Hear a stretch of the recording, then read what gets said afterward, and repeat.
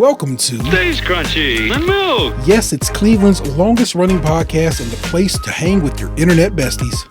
Got questions or comments? The email address for the show is podcast@stayscrunchyandmilk.com. Crunchy, of course, being spelled with a K. Stays Crunchy. You can also give us a call or message us at 216-264-6311. That's 216-264-6311. Stays Crunchy. We're available anywhere fine podcasts are, and of course at the website stayscrunchyandmilk.com. Please rate, review, subscribe, and share the show wherever possible, like Apple Podcasts, Spotify, and YouTube. And now, Stays Crunchy. on with the Stays show. Crunchy. Stays Crunchy. Stays It Crunchy. is Stays springtime. Crunchy. Stays Crunchy. Stays Crunchy. Are you guys prepared for spring? No, my allergies sure as shit haven't been either. I am not prepared for spring. I have not been taking my allergy medicine. I know in a little bit I'm going to be waking up with crusty eyes and stuff. It's been happening to me. Crusty eyes, sticky eyes, runny nose, swollen cheeks. It's been, bloody, blowing noses. Oh, shit. It's been everything. It sucks. Do you have a humidifier? I do. Do you put anything in it? Like, I haven't, never used it. oh shit. I suggest you buy a little bottle of what's called Breathe Easy. You just put like a couple drops in your humidifier. I think part of the reason why I haven't is because currently in my room is collectibles that I want to stay collectible. wet. not moist. And so that's why I've been putting the status of the collectibles over my own health.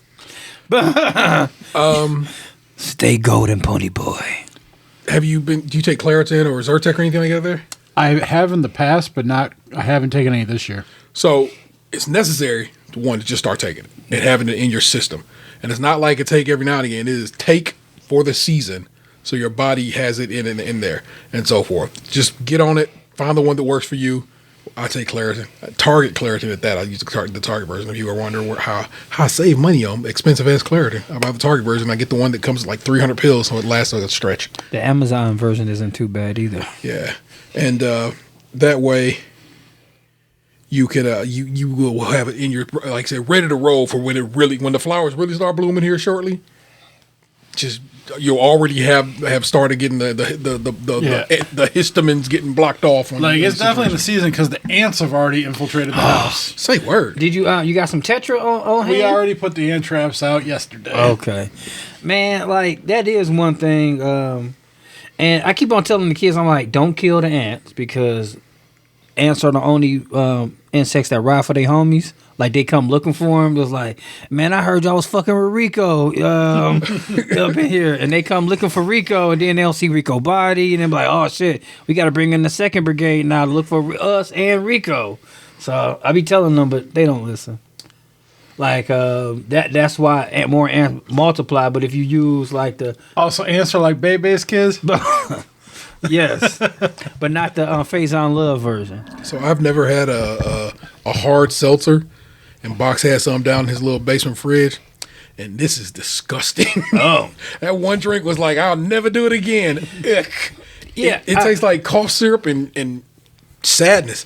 yeah, because usually it's not sweet, and that's like the lure of it is just to get you fucked up. Yeah, it's just LaCroix with fucking hard alcohol in it. It is not good. It bitter in a way that is, I'm sad. Yeah, I went to the barbershop today, and like we were talking about not my barber, but the barber next to my barber was saying like he was up in arms about, was like, I'm tired of Jay-Z lying and how he about being one take Hove. I know that couldn't be true, and like they was like really really getting heated about like, oh, Jay-Z going to booth and he only he doesn't need to write down. He's like, you gotta write that down.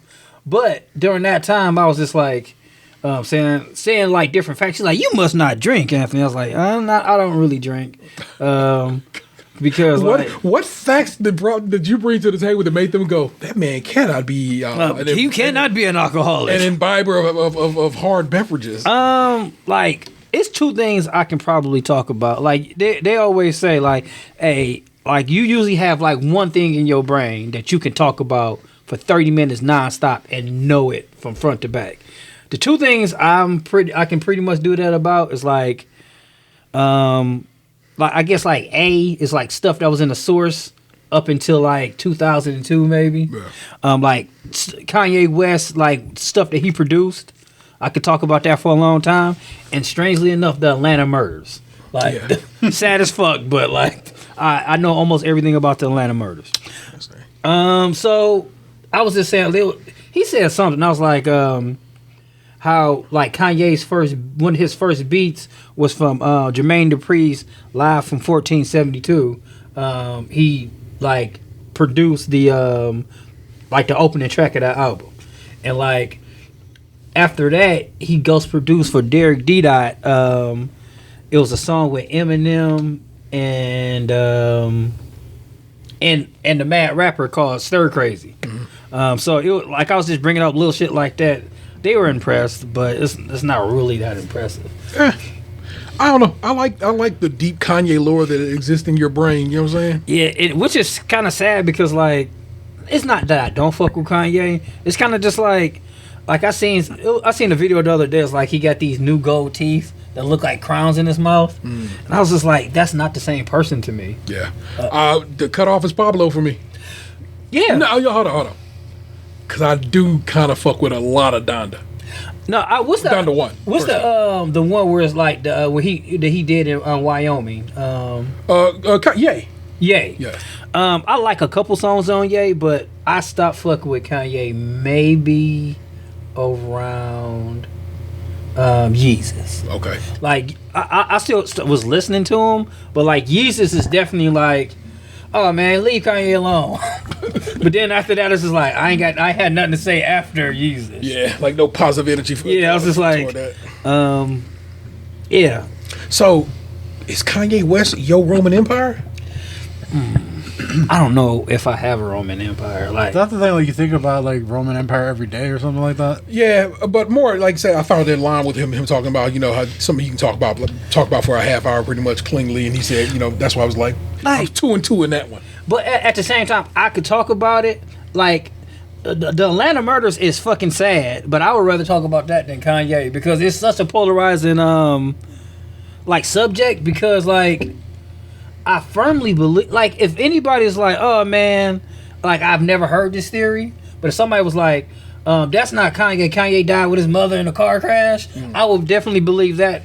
Like I'll be more willing to be like, oh yeah, this nigga dead already, or then just like talking about like all the crap he do now. Yeah. I'm so glad that my children and like, cause my children and my family are like the people I talk to the most. Yeah. They don't care about Kanye, and like I'm glad I don't have nobody in my circle to be like, guess what your dude did today? I'm like, oh man. Yeah. Ain't that the worst? Oh yeah, like. I'm glad like most of my heroes or people I like I would be heartbroken if like Macho Man was still alive, like, ooh yeah, Trump, like that would just break my heart, man. Like I'm glad like most of the people I fuck with either don't really say nothing no more. Like if Mr. T was out there wearing them gold shoes and like just doing random shit, I would be like, oh man, such a good dude. Yeah, like I remember, it was an interview I seen the other day where like he got all this jewelry on and looking great, and then the lady get to his shoes like, why your shoes so fucked up, and like why you got tape around the shoes, like it reminds me to stay humble and pity a fool. Fuck with it, man. I wonder what's your 30-minute cipher? What you can get down for 30 minutes on cleanly? Probably wrestling. Okay. How far back you go? You go back to Attitude or you go further back than that? Attitude, like with good memory. Yeah. Sprinkle in the occasional early 90s, mid 80s, but like really Attitude era on. Okay. I could probably have a pretty solid 30-minute conversation if needed. Fair. Young sir who's not been named yet, but I got some names for you, worry not. What can you go for 30 minutes on? If I had to give something, probably the Devil May Cry series. Oh. Okay, how do you feel about DMC? I like it. Enough said. It's my man. It's those who hate that game who fuck with Devil May Cry, but fucking don't fuck with DMC at all. And of course, if you didn't know, I could talk about video games for a half hour easily. But what one game in particular would be your like? Oh, I could talk about all this shit, but this is the video game that I can give you 35, maybe in 45 if I have to vamp. maybe Tetris, but certainly Super Mario Land on the Game Boy. The first Game Boy Super Mario Brothers game. It's like one of the first games I've ever beat. It might be the first game I ever beat, and we can get down on that one. So, tell me more about Devil May Cry. Go on. I mean, considering it was the first ever video game I ever played in my life, it's had a deep impact with me. Yeah. I really like Devil May Cry 3. It's probably my favorite game of all time. Lots of people. Yeah. So you're not alone in that. I always hear good things about that. 6 was the most recent one, right? 5. 5? Okay. 5, okay. So that's the one they did. I remember seeing the video. They showed the video being shot that eventually became like the rotoscoping in the game, and it's like, man, that game looked a lot like the video they shot of it. Like, I was very impressed by the work they put in on the game. That's a real pretty ass game. It's got this hot chick smoking a cigarette. I know what's going on with that one. Then you feel weird because like that's a video game, but I'm like, I don't know, man. I saw her in the video, so I know the person is real. The Yakuza games. I don't play a lot of the Yakuza games, but I've been playing Like a Dragon Gaiden, which is in the Yakuza space games. Often has hostess bars in it. And then you get to go to those, but go fuck around the hostess bars. And the ladies in the video game, in the hostess bars, they do video of them. So it's like video. It's not video games. It's actual literal 60 frames a second videotape. The ladies there are either actual hostess bars, ladies who actually work in hostess bars in Japan, or Japanese porno stars. And it's wild to me that it could be that like that's what's going on in here. It's like, yeah, this is who you hired to be in your video game? And that is bonkers to me. So then you like, oh, so you can be looked up, right? You can be found out by some whatever. You like, okay, I can see your Don't titties lick on my that. stockings. Don't lick my stockings, Mr. Gabe. Is one of the classic skim bits from way back in the day. Yeah, I feel good about that. And we're sorry about it. I'm sorry. I feel good that we all have something we can spit to for a little bit and rap on. But yeah, man, I'm sorry you had no, I'm both sorry but also like thoroughly impressed that people like respect you. Was the not drinking respectful? Oh yeah, it was just like, oh yeah. I mean, I've always been like, why would I spend money on liquor when I could buy a pair of shoes? And like back then, like back when I like was 21, when I was first able to drink, I was just like, man, you can get a decent pair of shoes for $35, and $35 is like back then was like a round of drinks for 5 people back then, like or 3 or 4 people. Yeah. That was always been my theory. Like, yes, I can get a pair of shell toes, and I can not drink Hennessy tonight or ever. But then, like when I got older and had my own place, I made sure like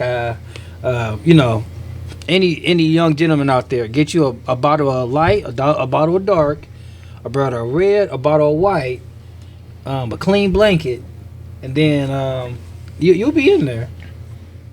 Always have a clean blanket on the couch. Don't put your feet on those, brothers. Don't put your feet on there. She's not gonna want to stay. It's a giant bottle of vodka in my basement freezer. Came from Vanessa's mom's brothers and sisters all linked up at some point last year and just kicked it and was getting their drizzy on. But nobody hit that bottle of Goose. I mean, one of them big old Costco Goose bottles is in my freezer. Man, I wish we lived near. I wish, because I think Michigan, Costco let you buy liquor. Yeah, in Kentucky as well, because being boxes in Kentucky, Kentucky Costco some years back on our missions, and so I had its own separate like store in the store. Yeah, so that's what's in my basic freezer. So I guess that's my clear. Yeah, I have some whiskey, so a Scotch whiskey, you know what I'm saying, or Irish whiskey, I can't call it. I have some Kendrick's gin, and I have a little bit left of that Uncle Nearest I bought a couple of Juneteenths back, and so a little bit of that still sits on the shelf. But I don't keep too much liquor. Box has a lot of liquor, but don't fuck with it no more because some of it's been liquidated recently. Yeah. Oh. Which is amazing because it's liquid. The joke works on so many levels there. But yeah, but do you keep anything like just like, okay, I'll make myself I don't know, a martini or something. No, because I stopped drinking completely. Okay. Right on. So no beers, no nothing. Nothing. I haven't had a drink in probably a year and a half. Yeah, the only thing, like, if I would have a drink, it'd be tequila. It'd be like silver, because like it doesn't have any sugar in it, and it doesn't like it doesn't fuck with your body like the rest of the liquors do, which are pretty much all sugar based. But I don't know. Drinking is one of those things. It's like people should tell you, like we're like it's nothing really that great about it. It's like it don't really taste good unless you put like other shit in it. Correct. Or you can just drink, like, oh man, I love vodka and lemonade. You can just drink a lemonade, really. Like the lemonade is the thing that make it good. I don't know. I like when Vanessa's like, I want a martini. I'm like, fuck yeah, because I get to make a martini, which is fun to me.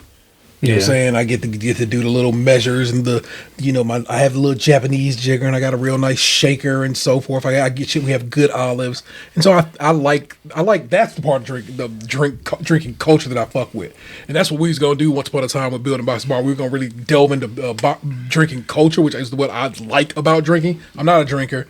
I never have really understood it as a real art. You know what I'm saying? Like, I'm getting slizzard. Like, see, that's the thing though. It's a big difference between like getting drunk and the art of things. Just like when, like, my Uncle Gene used to roll up and make his own cigarettes and stuff. Yeah. There's an art to that in the way of doing it right, and it's also just puffing your brain up. Dude, I love rolling J's. Don't smoke, a lot.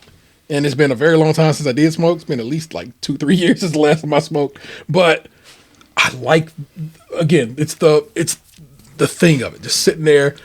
I pulled out, my copy of the Doobie Brothers Minute by Minute, because I thought it something neat to. I thought that like rolling on that seems like it should be. You know what I'm saying? The Doobie Brothers, as it were. And I got a little roller machine. I got it from Canada, from Tokyo. What's that store called? Box. You remember what it's called? Tokyo something. The smoke shop in Canada we went to. Oh, I have no idea. Yeah. So anyway, whatever. It's a remember, Canadian weed is bunk. Legal Canadian weed. I'll always be respectful. Oh, you're talking when we went with Vanessa? Yeah. I didn't go in. Neither did I. But I did eventually. One of the times me and Vanessa went up to Toronto, I did end up going in there. But whatever, I got a roller, because they make them those roller machines, and so I think I was too afraid to go in because I don't think I'd ever been high at that point in my life. You hadn't. Yeah, so like I was still kind of like, no. Yeah. But it's an Apple Store of weed, which is fun if you like the Apple Store, which I do. So, but yeah, that's exactly what it always is with me. I like the accoutrement that surrounds these things. You know what I'm saying? I'm not a drinker, but I like the culture of drinking. That's exactly what it is, Box. I'm not a heavy smoker, you know what I'm saying? But I like the culture of it, the fun part of the culture, not the. I like the respect and elegance of it. Yes. I tried to explain this to a friend when I first got into drinking whiskey. Yeah. Like with all the good stuff that we had, and he was more of the frat. Everyone's doing shots. Pounding it back. Buttery nipple with slippery nipples. We were out as a group after a Browns game the one night, and we went to a place down in the flats, and we all we ordered for the table. I believe it was Angel's Envy. Yeah. And the drinks all come, and he's just like, whoop, and I'm just like, whoa, what the fuck are you doing? And he goes, we're all drinking. I'm like, yeah, but I'm like, that's not how you do this. Yeah. I'm like, there's a certain protocol here where you savor the flavor and you enjoy it. These aren't shooter shots. Yeah. This isn't your everyday just fucking bar, chug it to the face, get it down because it doesn't taste good. Like, this is like, there was quality put into this, craftsmanship. Yeah. Like, it's meant to be savored and enjoyed, not just fucking shot like some cheap well water. Yeah. Me and Box went to Old Forester's of in Kentucky, their little facility, and then did a little tour. Distillery, thank you. It was not coming to me. And we did their little tour, and they explain the process, and they walk you through it, and they show you, they tell you what pairs with it, and so forth and so on, and walk you through it, and like, smell that, you know what I'm saying? Smell it right now when it first gets poured. Now wait a little bit and let some of it kind of come off of it, and smell it again, and then you're like, that shit. Yeah. That's what I fuck with when it comes to drinking. Like just the interesting parts of it that come with it, like things like that. They're like, yo, this will be very different if you wait 5 minutes than it is when I first pour it. It's gonna be fucking gas when I first pour it, but give it a little bit and let it kind of aerate and get off. It's like, yeah, that's doing some things. It's amazing. Yeah, I know we live near, well, in our area. There's tons of like different like wine Vineyards and stuff. vineyards and stuff around. Like I feel like I would like to take advantage of that one day just to go visit one, because like not far there's tons of them, and we have like a lot of Ohio wines, not necessarily just to drink it, but to be able to just learn about the process. I think it'd be cool to like have somebody explain like, yo, this is how these type of grapes. This is why you don't see these grapes in the grocery store. This is why we don't make wine from what you do buy in the grocery store. I want to know all that. That'd be fun. Yeah, we should go on a tour, a vineyard tour. It's plenty of places around. Skim does vineyards. And then you spit it out in the bucket. Yeah, that's about right. You called something recently about how it gets blocked off. Yeah. And you've been spot on. Guess how long it's been? What, 20 minutes? There you go. What sticky on this damn. All right. Woo. These song lyrics are more involved than you think, because I had to figure out how to put music back on my phone. I ain't put music on my phone in a long time. Actually, MP3s on my phone. Mm-hmm. I was like, how the fuck you do that nowadays? And it's like, my phone need to be updated. The music had to get moved over to the software, and then it moves over to the phone. It did work, but let's give you something. Look sharp, homie. Get yourself a facelift. Highbrow eyebrows on a spaceship. Take sips of that ace of spades. Saving all my money just to waste on a bracelet. Can't see the haters. We don't give a fuck though. Charges to the game. Keep a lame so cutthroat. Never slip a fast one. The game is so in front of me. Travel around the globe, spend and make about 100 G's. Pack them crowds up. Boss like Bowser. Deep pocket poetry, my custom trousers. Thank God they found us. The gang was starving. I'm cleaning concrete. You ass and Charmin, Bobby Digital. Do you really think these niggas know shit? Shopping in Manhattan and I ran into my old chick. Pride is a bitch. I am not a grown-up. Tweeting when I'm 70, these half-dead followers. She look like she Spellman. Secretly, she Hostra. Put her in the club, all she wanna hear is Waka. Put her in the crib, all she wanna hear is Waka. She jerked when I moved like an old boy popped her. Home is that outcast. Soul like I'm Fonte. Old school J like Beyonce's fiance. Back on my dumb shit. Nigga, we the stupidest. Gave them niggas real shit. Don't know what to do with it. I did what I did, man. Did you really see it, though? Beano hard and fast. Niggas sweet and low. American royalty. Family loyalty. We cream of the crop. Why the fuck would we stop? She had 2 sons. Both of them good grades. Both of them rap songs. Where does she go where? Go wrong. Nowhere, mama. We just go where the money at. Black Kennedys. Where the fuck you niggas at? What's good, folk? Welcome to it. It's episode 532. And Rhodamine. I had to go look up the pronunciation. That Rhodamine 6G shit. I'm your host. There's Taylor 713. Jordan's always my best friends. It's the 216 zone. Tatum. Man, I've been there before. It's all good. And of course, the big homie, Lunchbox 2099. I know everyone has been really excited to have their phones on 5G, but I'm really looking forward to 69G. Oh. But wait, there's more. We're joined by special guests, the Blonde Bomber, the Baby Bro, the Raising Cane's apologist. Your brother made that one up. Young Joey Dangerfield is quite literally in the building. What's up, Joe? Gets no respect. Not much. It's a pleasure to be here. I've known about the show for a while, and I'm glad to accompany my brother on this venture. It's all to the good, all to the good. You know what it is? It's a special show because we got Baby Brother in the building, but also it's a regular show. So you know what I'm saying? We're gonna give you some news and give you some features. We're gonna talk with the young lad here. It's gonna be lovely. He was really disappointed today to find out he wasn't the oldest young person on the show, which I believe was Xander's. Oh yeah, he was a little, and he was like in the 5th grade, wasn't he? So no, because he was on at 17 at some point, right? Yeah, we did when he was a senior. Yep. Yeah, so because we came back around. Sorry, I got kids. Yeah, he's like, how many months? And I'm like, I don't fucking know. It's like, she was like 3 years ago. Yeah, so it'll be 21 this year. So, Standard, like I said, news fair. As I try to load this up, and I realize I'm not on box of Wi-Fi, so I'm hotspotting to my phone to pull this down. It's our first story. Mackenzie Scott doles out $7 million in donations to 4 Cleveland nonprofits. This from Clean Sleeving. Vince Gregoric, my man. If y'all remember, my man, William Jackson Kent explained to me how to pronounce his name. He said that the Z just ain't there, man. Don't say shit about the Z. And I'm like, finally, I know. Oh, so it's like the G in lasagna. Real G's moving slow. Literally said those exact words to my son today because there's some things going on at school with my youngest, and I was like, let me tell you something. And I go, you're gonna laugh at me when I say it, but I go, it's so real. Real G's moving silence like lasagna. And then he looked at me, I go, spell lasagna. And I go, well, let me tell you something. Right in the middle of that fucking word is a G that ain't doing nothing. I have no idea why it's there. But that shit is probably true. some cultural thing. Kind of like Colonel is Colonel. Yeah. How do you get Colonel around the coal? Yeah, Colonel. Yeah, for sure. The latest round of donations from the billionaire sought to identify, uplift, and empower transformative organizations that often remain unseen. If y'all don't know, Mackenzie Scott was once Mackenzie Bezos. And when she divorced that man, she took half, Eddie, and said that before she dies, she will give every single dime away. And she's been on that shit and been on that shit hard. She's been focused on that and constantly giving her dough away. And in this case, Cleveland got some of this dough.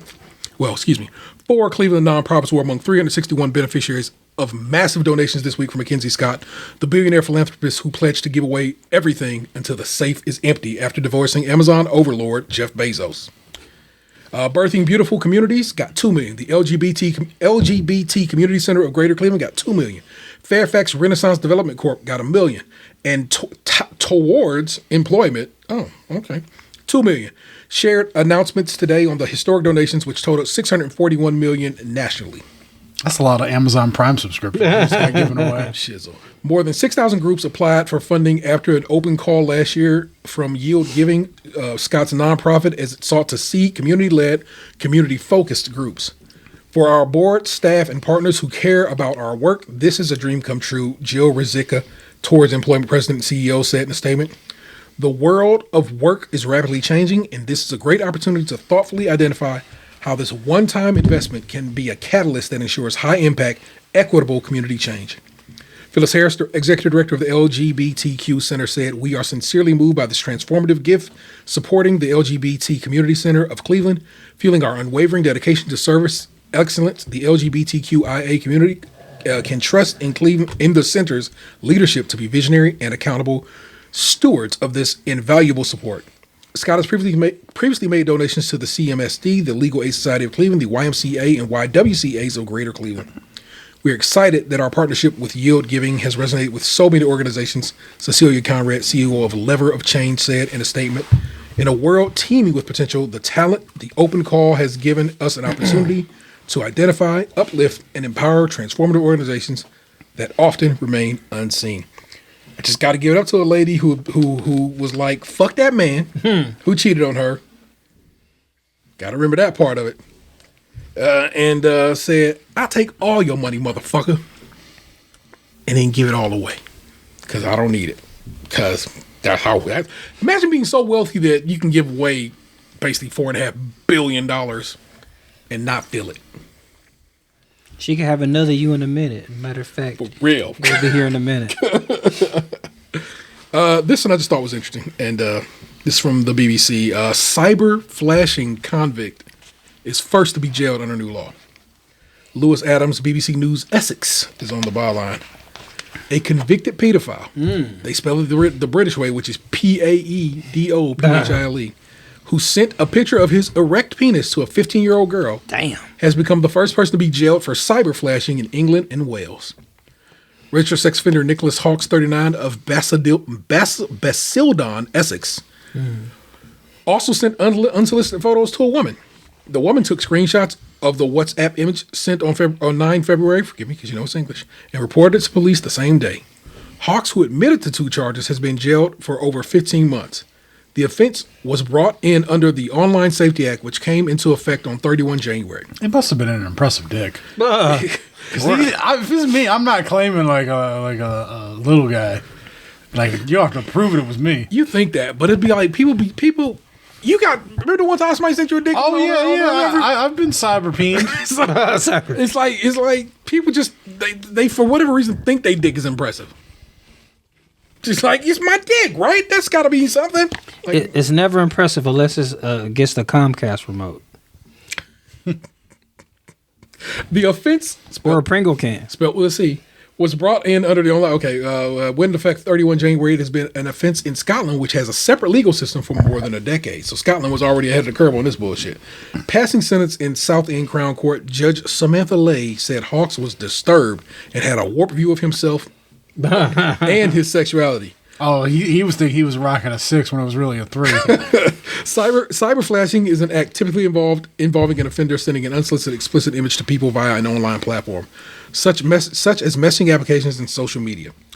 Dangerous individual is the part of this the article. Hawks was already a registered sex offender. After he was given community order last year for exposure and sexual activity with a child under 16. That registration ran until November 2033. He has now been sentenced to 66 weeks in jail for 2 offenses of sending a photograph of film of genitals to cause harm, distress, or humiliation, and for breaching previous court orders. Hawks must comply with a 10-year restraining order and will be subject to a 15-year sexual harm prevention order. He didn't respond to the last restraining order. Yay. Detective Chief Inspector. Man, I love their cop titles in England. Detective Chief Inspector James Gray of Essex Police said the defendant had proven himself to be a dangerous individual. Perpetrators may think that by offending online, they are less likely to be caught. However, that is not the case, he added. Hannah von Dadelsen, Deputy Chief Crown Prosecutor, man, that's a title. Deputy Chief Crown Prosecutor for the East of England, hailed the speedy justice served and said the new legislation was a really important tool in a prosecutor's toolkit. It gives the prosecution another string to its bow in terms of offending, another string to its bow. It's always been an arrow in the quiver in America, but England. In terms of offending in the digital space, she said. Are they implying that they'll shoot more than one arrow? Kind of like fucking Green Arrow with like just like a. She said an additional string, as if her. Or maybe if the string breaks, they have a spare. Yeah, but I mean, yeah, you would. That, I guess. I'm just trying to get like the again. analogy. I feel like she should have went with the arrow in the quiver because it makes more sense than another string. Shooting ropes. Cyber flashing is a serious crime which leaves a lasting impact on victims, but all too often it can be dismissed as thoughtless banter or a harmless joke. Just as those who commit indecent exposure in the physical world can expect to face consequences, so too should offenders who commit their crime online. Hiding behind a screen does not hide you from the law. There's a little more to that, but yeah, it's one of the main reasons. Like, I don't wear a trench coat now. Like, a man wearing a trench coat can never be respected out in these streets. Even though Donatello taught me Donatello was naked under his, wasn't he? Son of a bitch. This lady is Emily Attack, and she says she receives thousands of explicit images a day. Nah, she look like she mad. I wouldn't send her my dick. I mean, she's mad because she's getting all those dick pics. She's probably pleasant before that. Do you think if I send her my butthole, what, like, is a butthole change of pace? Change of pace, like, hey, Gotta switch it up every once in a while. check out this brown eye, baby. And not just because I'm a brown man. Like, that's how you stand out in the crowd. Yeah. Everybody's just throwing dick, and you're just like, here's my feet. And then, like I'm not gonna be cruel. Like, I'm not gonna like pull up. I'm just gonna use one hand. Like, hey, not two hands, not nothing vulgar. Just like I have my pinky up To get class. Yeah. Hey, here's my pinky. Hey, pinky long as fuck, y'all. Yeah. It's pinky like You know what they say about long pinkies, right? You're extra sophisticated. Yeah, but only like a pinky and 3 fingers is enough. I'm not gonna show her I'm gonna show her half an asshole. Like, just a little bit of brown eye. That's your alt title for the week, half an asshole. Just want y'all to know that. Just a little bit. Just a touch. Just a little bit. That is your news for the week. I pass the mic over to my homeboy Ant. What's good, baby? So I wanted to talk about this. I don't know if I should wait till like the entertainment portion of this show, but you know, I feel like it was on my heart. I've been watching like the expose on HBO Max about the Nickelodeon. Quiet on the Set. Yeah. I haven't watched it yet. I'm scared to. So I've known about that dude, Dan Schneider, for years as being the molester of molesters at Nickelodeon. But then I also remember him for being on the show Head of the Class. Yes, that's where I knew him from. He was the fat nerd. He was a fat nerd, and there's a bunch of other nerds, but he was the fat nerd on that particular one. Yeah, to be fair, there was it was a class full of nerds. It was a black nerd. It was It was a couple black nerds. He played the manager in Good Burger, right? Yes. Yes. Okay. Yeah, so you know who he is. And just about everybody who's worked for during that time at Nickelodeon said that man was a toucher. And just as gross.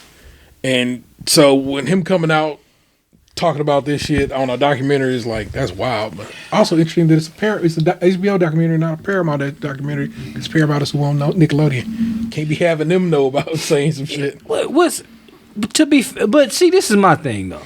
So I watched like part 1 and part 2. I haven't finished it yet. But I just kind of feel like, just like when you have like different exes and stuff like that, like, of course, when you jumping on the bandwagon, everybody can be like, man, that dude was fucked up. But like, just like with everything else, it was like on his first job ever, the lady sued him. And it was like, hey, this dude was doing wild shit. And he got sued and she won. Mm. But that dude worked for like another fucking 20 years. Yeah. Because Hollywood don't play. They be like, whatever. Everybody knew about fucking what's his name? Miramax. Harvey Weinstein. Everybody.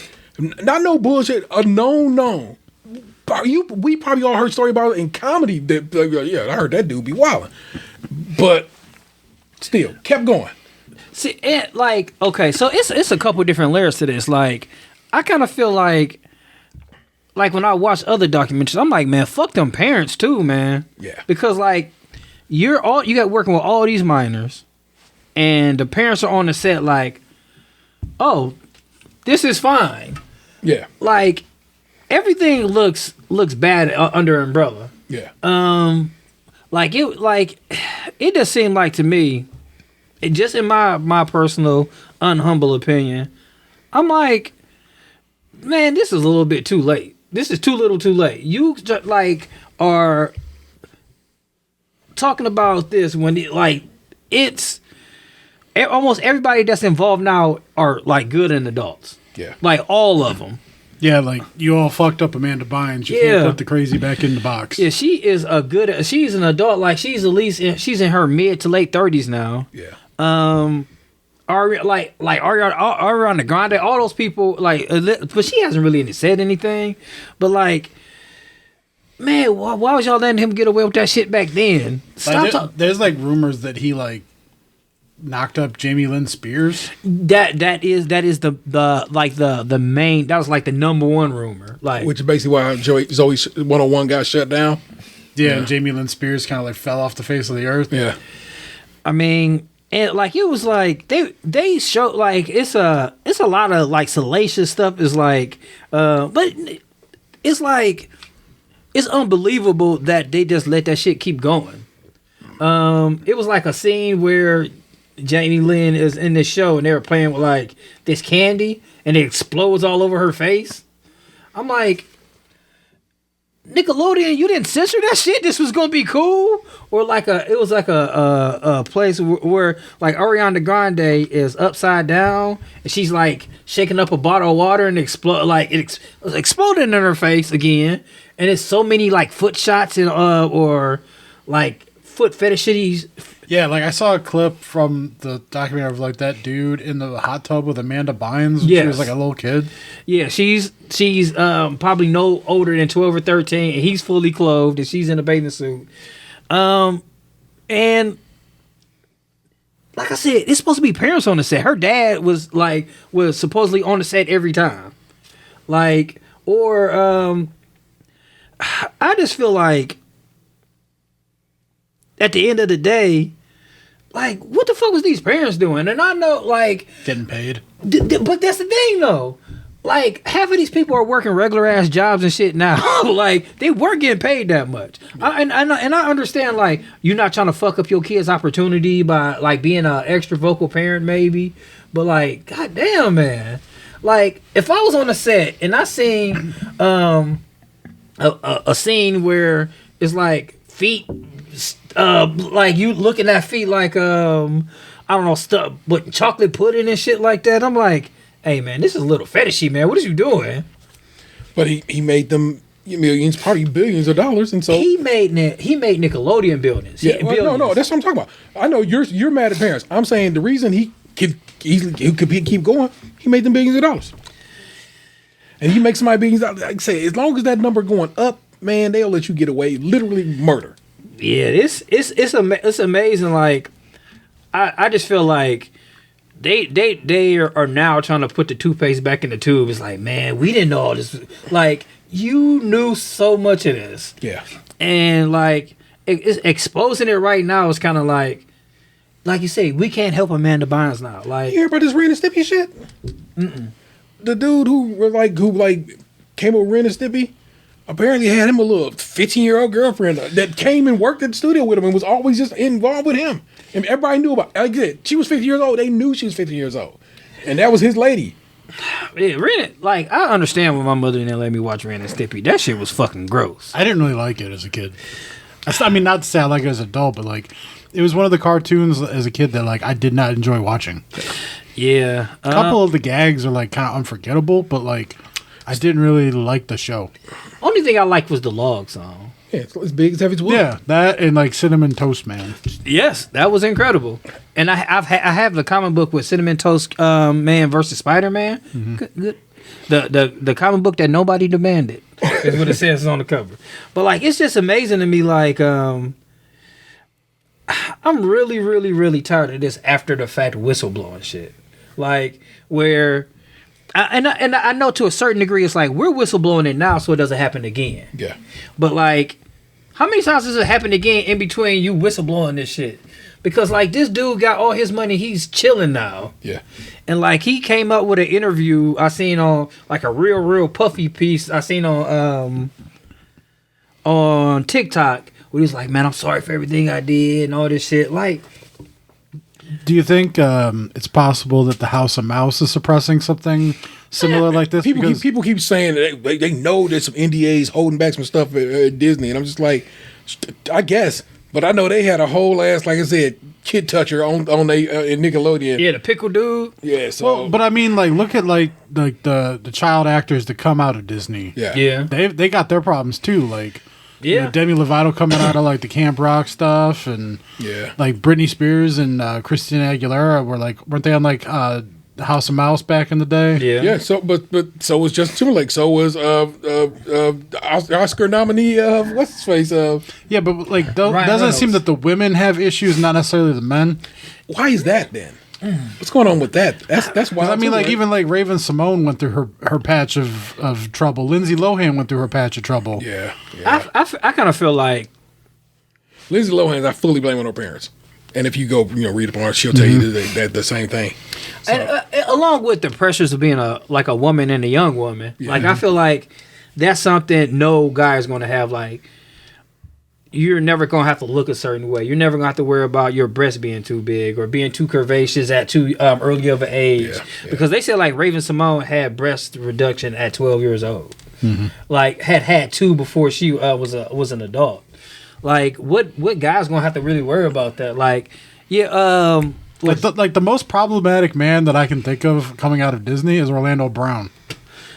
yeah, but Some Virginia. yeah, but like, he was a kid probably doing drugs and shit on set and that fucked up his life, or drinking early on set. I know. I'm not saying that Yeah. I think this is all like pedophilia and all that. I'm just saying from a cultural standpoint, Yeah. it seems like the women of Disney come out of it way worse than the men do. Because I only think of one male example of like a train wreck. Yeah. Yeah. Whereas like there's been a lot of issues that come out of like the female actors. And it's like I was saying, it's probably just societal.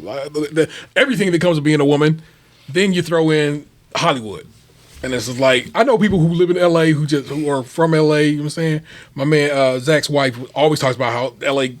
kind of fucked her head up. You know what I'm saying? 'Cause she was raised in L.A. amongst all that kind of I don't know, a culture that is definitely just about your looks and your everything about you. You know what I'm saying? So she cops to it. She knows that like in her opinion, she's not all the way right because of what she came up in. So yeah, I don't know. I kind of feel like in general, like yes,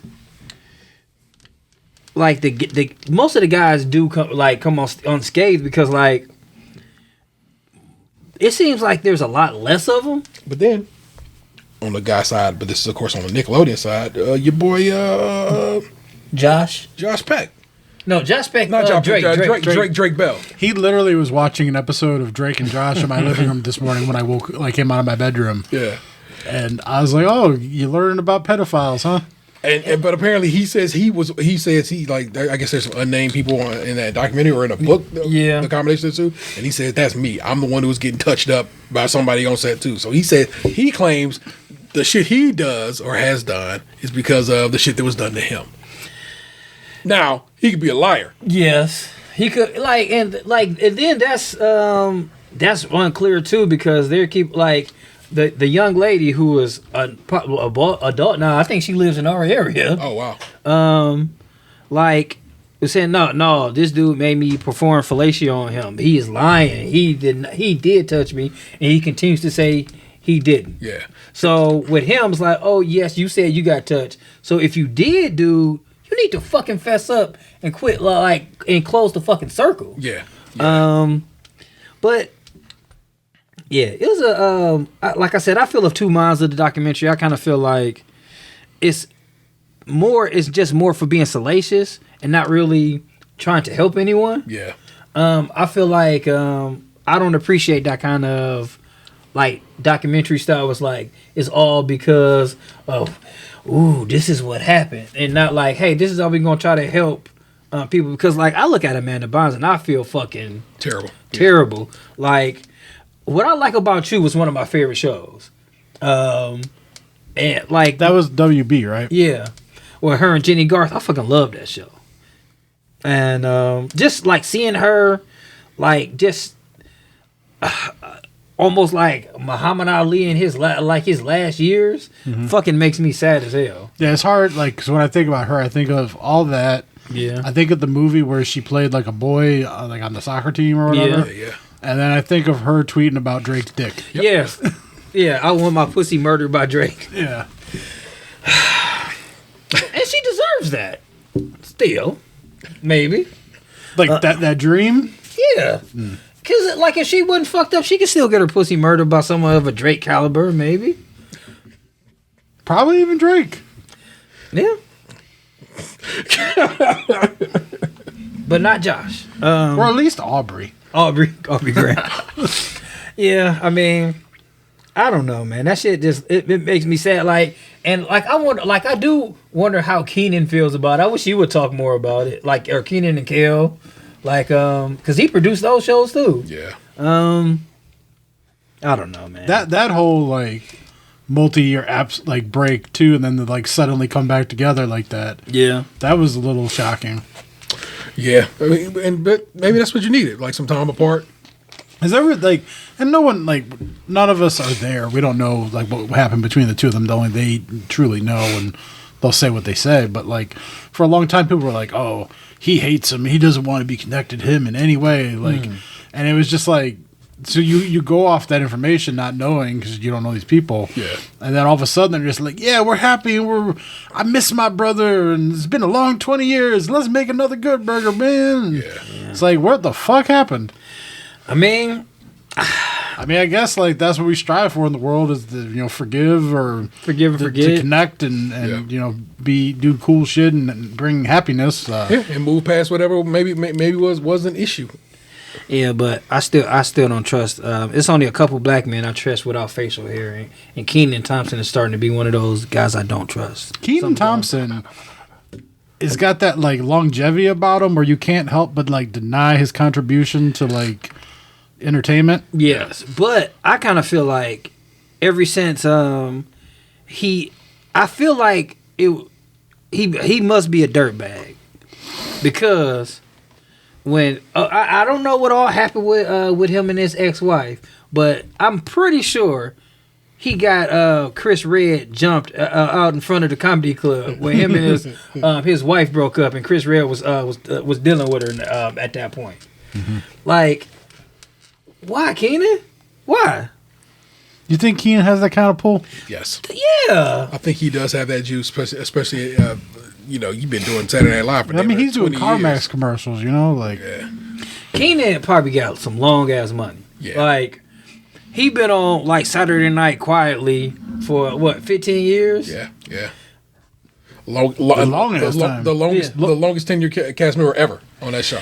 Like, and he had all that. He had fucking Keenan and Kel, Good Burger, Mighty Ducks, Mighty Ducks 3, where like the knuckle shuffle. You know it better. The knuckle than puck. Me. Yeah. Fat Albert. Yeah.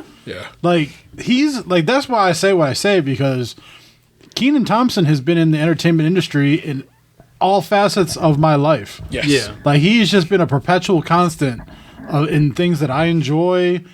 And it's like I can't help but like look at him from an entertainment perspective and give the man his respect. Like when they did that episode with Chappelle, or was it the Eddie Murphy episode where they had all the black actors and entertainment folks come up on stage, where it's like, look at all these legendary people. Yeah. And then Kenan came out, and you kind of looked at it for a second, you're like, Kenan? But then when you stop for a second to think about it, you're like, yeah, Kenan. Yeah. Yeah, he like as us kids, he was on like the Mighty Ducks. Then as teenagers, Kenan and Kel and all that. And then when we were like in our 20s, he was in Fat Albert. And then Saturday Night Live. And Soul Plane or Snakes on the Plane? It was on Snakes on the Plane. Yeah. Like, yeah, he's been there like, oh yeah, I'm still here, but I'm still with you. Still standing, I'm still strong. But yeah, he did get that dude ass beat for fucking with his wife after they were getting a divorce. Man, he even had him on his show. Oh yeah, he was his brother on the show. Yeah. Oh, you definitely got to get them motherfucker ass whooped on that bullshit then. Like, hold on, man. I'm giving you work and you fucking around with my wife? But what if it was just like an agreement, like, look, I'll take a step back, but you got to let me get your ass beat one time. Like, what if that was the agreement? Like, all right, you can beat my ass one time. I mean, yeah, they didn't talk about it no more after that. Like, but, yeah. Yeah, Chris Red was probably dead wrong, but at the same time, like, Kenan don't look good for. I mean, Kenan do look kind of like, I'm just going to wait to my beak a little. I think it'd be really hard to have a like cordial working relationship with someone when you're like snooping their ex-wife. I mean, stooping. Yeah, I mean, at that point, they weren't like the show had already been canceled. Like Chris, but they were still like They had just come off of SNL together too. Oh, well, Chris Red was on SNL for a couple years before he did that Kenan show. Yeah, but this was all after the fact. I think like he wasn't on SNL no more. The Kenan show had stopped, and he was like, "I'm about to put my dick up in your wife." Like your ass got to get whooped, man. Yeah, because like his wife was like a radio personality before they got married. So she's like she's officially a pog. Like that was one of the she was working at like a hip hop station. She got to have a big butt. Oh, I didn't realize he had a woman of the other side. I've never seen his wife. I had no idea. Yeah, she like she was. She might have been in like one of those like Show or King magazines or something before too. Like she was out here, but she was official. But like that. Yeah, that's what I wanted to talk about. I know Dan was more of a Nickelodeon kid than you were more of a you can't do that on television type dude. Indeed. But young sir, what did you watch on Nickelodeon growing up? That's a good question. Considering I'm the youngest here, I should probably know that, but we literally just had a conversation about this in the car on the way to the barbershop this morning. We did. Yeah, you talked about how you finished watching Drake and Josh recently. No, it was iCarly. And then you watched iCarly. Did you watch the new iCarly or the old one? Old one. Okay. What did you think about Sam Puckett? Was she just? She was just like me for real. Okay. Please elaborate for those of us who don't understand what you're saying. Unhinged. Unhinged? Yeah. The butter sock. The butter sock. Did she tell a lot of You Had to Be There stories? Not that I was aware of. Oh. I did watch the show. That's why I'm asking the person who would know. I don't know everything. I'm just a spectator. Well, no, you said you watched the show, iCarly. Yeah, I did. So you would understand the character, right? I'm just asking about personality traits of that character. Just unhinged. Okay. So who did you like best on that show? Spencer. Oh, okay. He was like me, kind of an airhead. Well, Spencer was the older brother. Oh, I thought you was talking about the dude that dated Emily. What's her name? Emily Rozotsky or something like that. It's like, I don't know if it's beaten up worthy. No, that's a old picture of her. I mean, that's a newer picture of her. That's a good picture of her. It's a good picture of her, but like, she has some older pictures. She looks kind of like a dolled up version of that woman on Instagram that starts every video with Mira. What's crazy is like most of the pictures are that picture. I think a little season packet she goes by on Instagram. Not that one, but the one I'm talking about. Season packet is a holy smoke. I'm trying to find, like I said, you see what I'm working with here. Yeah. There's not a lot of. I think you should go to Reddit instead of going to Google. All right, let me copy her name. So, all right. So, what was the other show I used to watch? Did you watch what's this show with Victoria Justice? Victorious. Did you watch Victorious? I have not yet. Oh man, Victorious, fucking incredible. Wait, when you say not yet, do you have like a list of Nickelodeon shows you're trying to run through? Yes. And may I ask how you decided to do this? I got bored one day and just like thought about it. I was just like sitting there, just wondering, what can I do? So how did you determine what Nickelodeon shows you were going to run through? Well, it all started with me deciding to watch iCarly because I think it was a Tuesday evening. I was just sitting around. I'm like, what can I do? I really want to watch iCarly. So then I scramble out of bed and go on Netflix. And I'm like, oh yeah, this is going to be the next 2.5 weeks of my life. So did you finish it? I did. Oh man. If I could recommend, I wish more Nickelodeon shows were on Netflix. Like Pete and Pete is a fucking banger. I wish they had that show on Netflix. I wish they had My Brother and Me. I wish I could watch some Gullah Gullah Island. But if I could, I definitely recommend. I think I just saw a clip from My Brother and Me on Instagram like yesterday. The Hit Me. Yeah, the Hit Me. Yeah. That show's incredible. Only one season too, but just that's a really good show. Like, and that's another thing though. They are not quite clever. In which they this is one episode where they talk about eating toasted sandwiches, where it's definitely they're just talking about smoking weed, and it's like they're not hiding it very well, and they choose not to, and it's. I didn't realize how over the top a lot of the shit they did on that network was. Yeah, like the episode of Drake and Josh that he had on today. It was just like, there's no way in hell that fucking teenage kids are going to be able to accomplish all this in the short amount of time frame. Yeah, in 22 minutes. And then that overacting that they do, I fell into that trap as a kid because I watched that shit and then I emulated it. Mm-hmm. And I'm glad that I kind of fell out of that because I was training myself for that to become my personality trait. And I'm glad that I didn't go down that route. Man. All the way. My son likes the Naked Brothers boy band and it's every show that's a band or what I'm trying to think of some of the other stuff, but he loves that Nickelodeon shit and I be telling him all the time this is not a sitcom, do not do that. Mm-hmm. This is real life, son. But yeah, those they are very over the top. But at the same time, some of that stuff is so entertaining.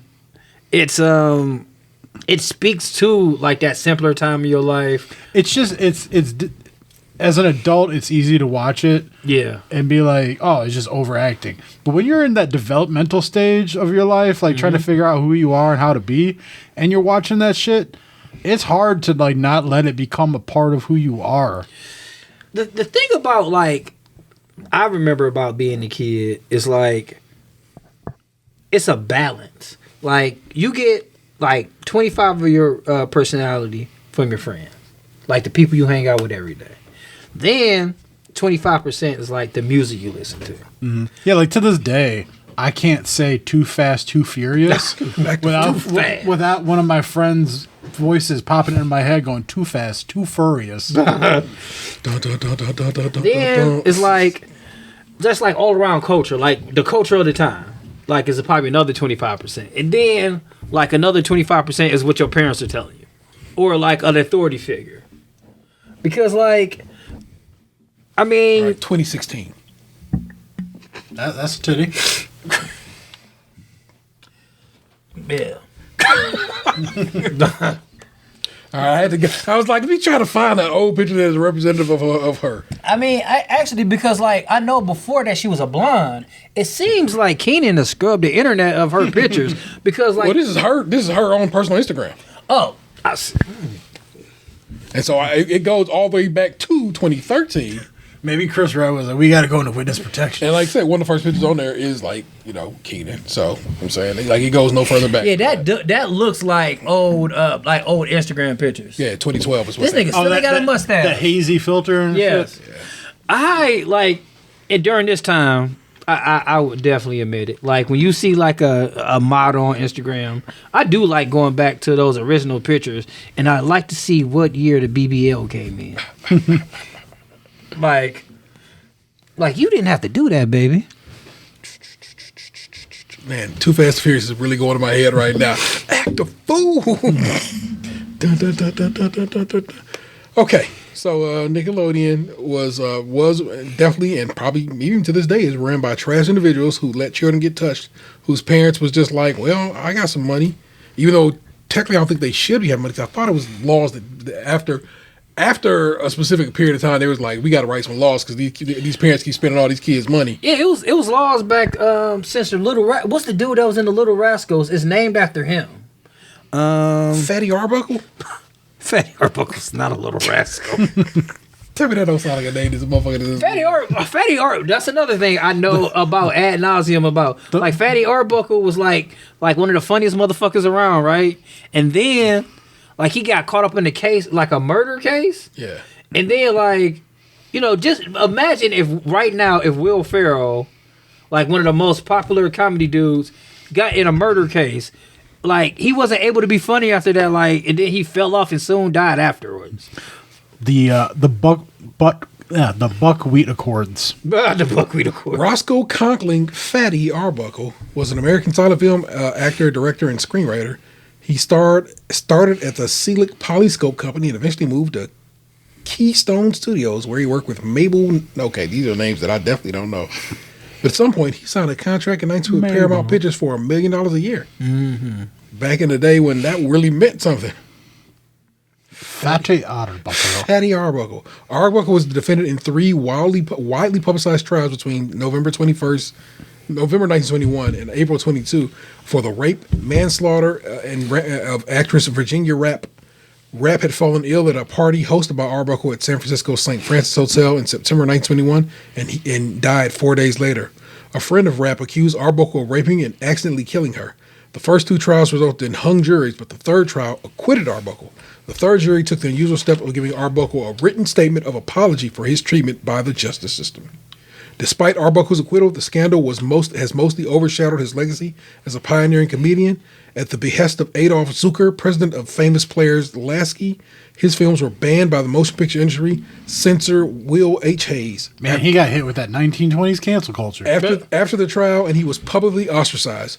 Zucker was faced with the moral outrage of various groups such as the Lord's Day Alliance, the Powerful Federation of Women's Clubs, and even the Federal Trade Commission to curb what they perceived as Hollywood's debauchery run amok and its effects on the morals of the general public. Man, that sounds so familiar. As if people say that shit about Hollywood even now.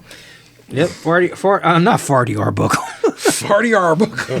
But he got found out guilty. Like he was out in these streets. Like, Could you imagine 100 years ago this shit happening to this dude in real time, and here we are 100 years later, sitting in my basement talking about this shit?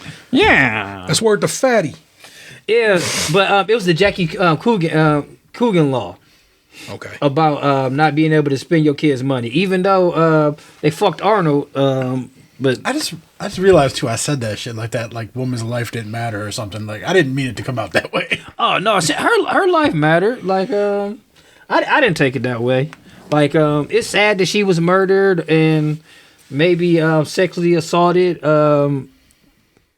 Yeah, that part's fucking sad. Mm-hmm. But yeah, it's I wonder if if we can look up some. I wonder if they flames. It's like if it's really fucking funny. It just goes to show you, man. That, like time is really short. Like 100 years flew by. Yeah, 1923 was a hell of a year. R.I.P. Fatty. I wondered did that. I know like that dude name was Adolph, and that was probably like one of the last. As soon as I Adolphs. heard that, my ears were burning. I was like, "Go on." Yeah, I worked with this old black dude at Wendy's. His name was Adolph, and I was like, man, you probably the last Adolf, man. If your name was Adolph, you have to like be like, I go by Dolph. Dolph Lundgren. Should it be this? No. But will it be? Maybe. The last Adolf.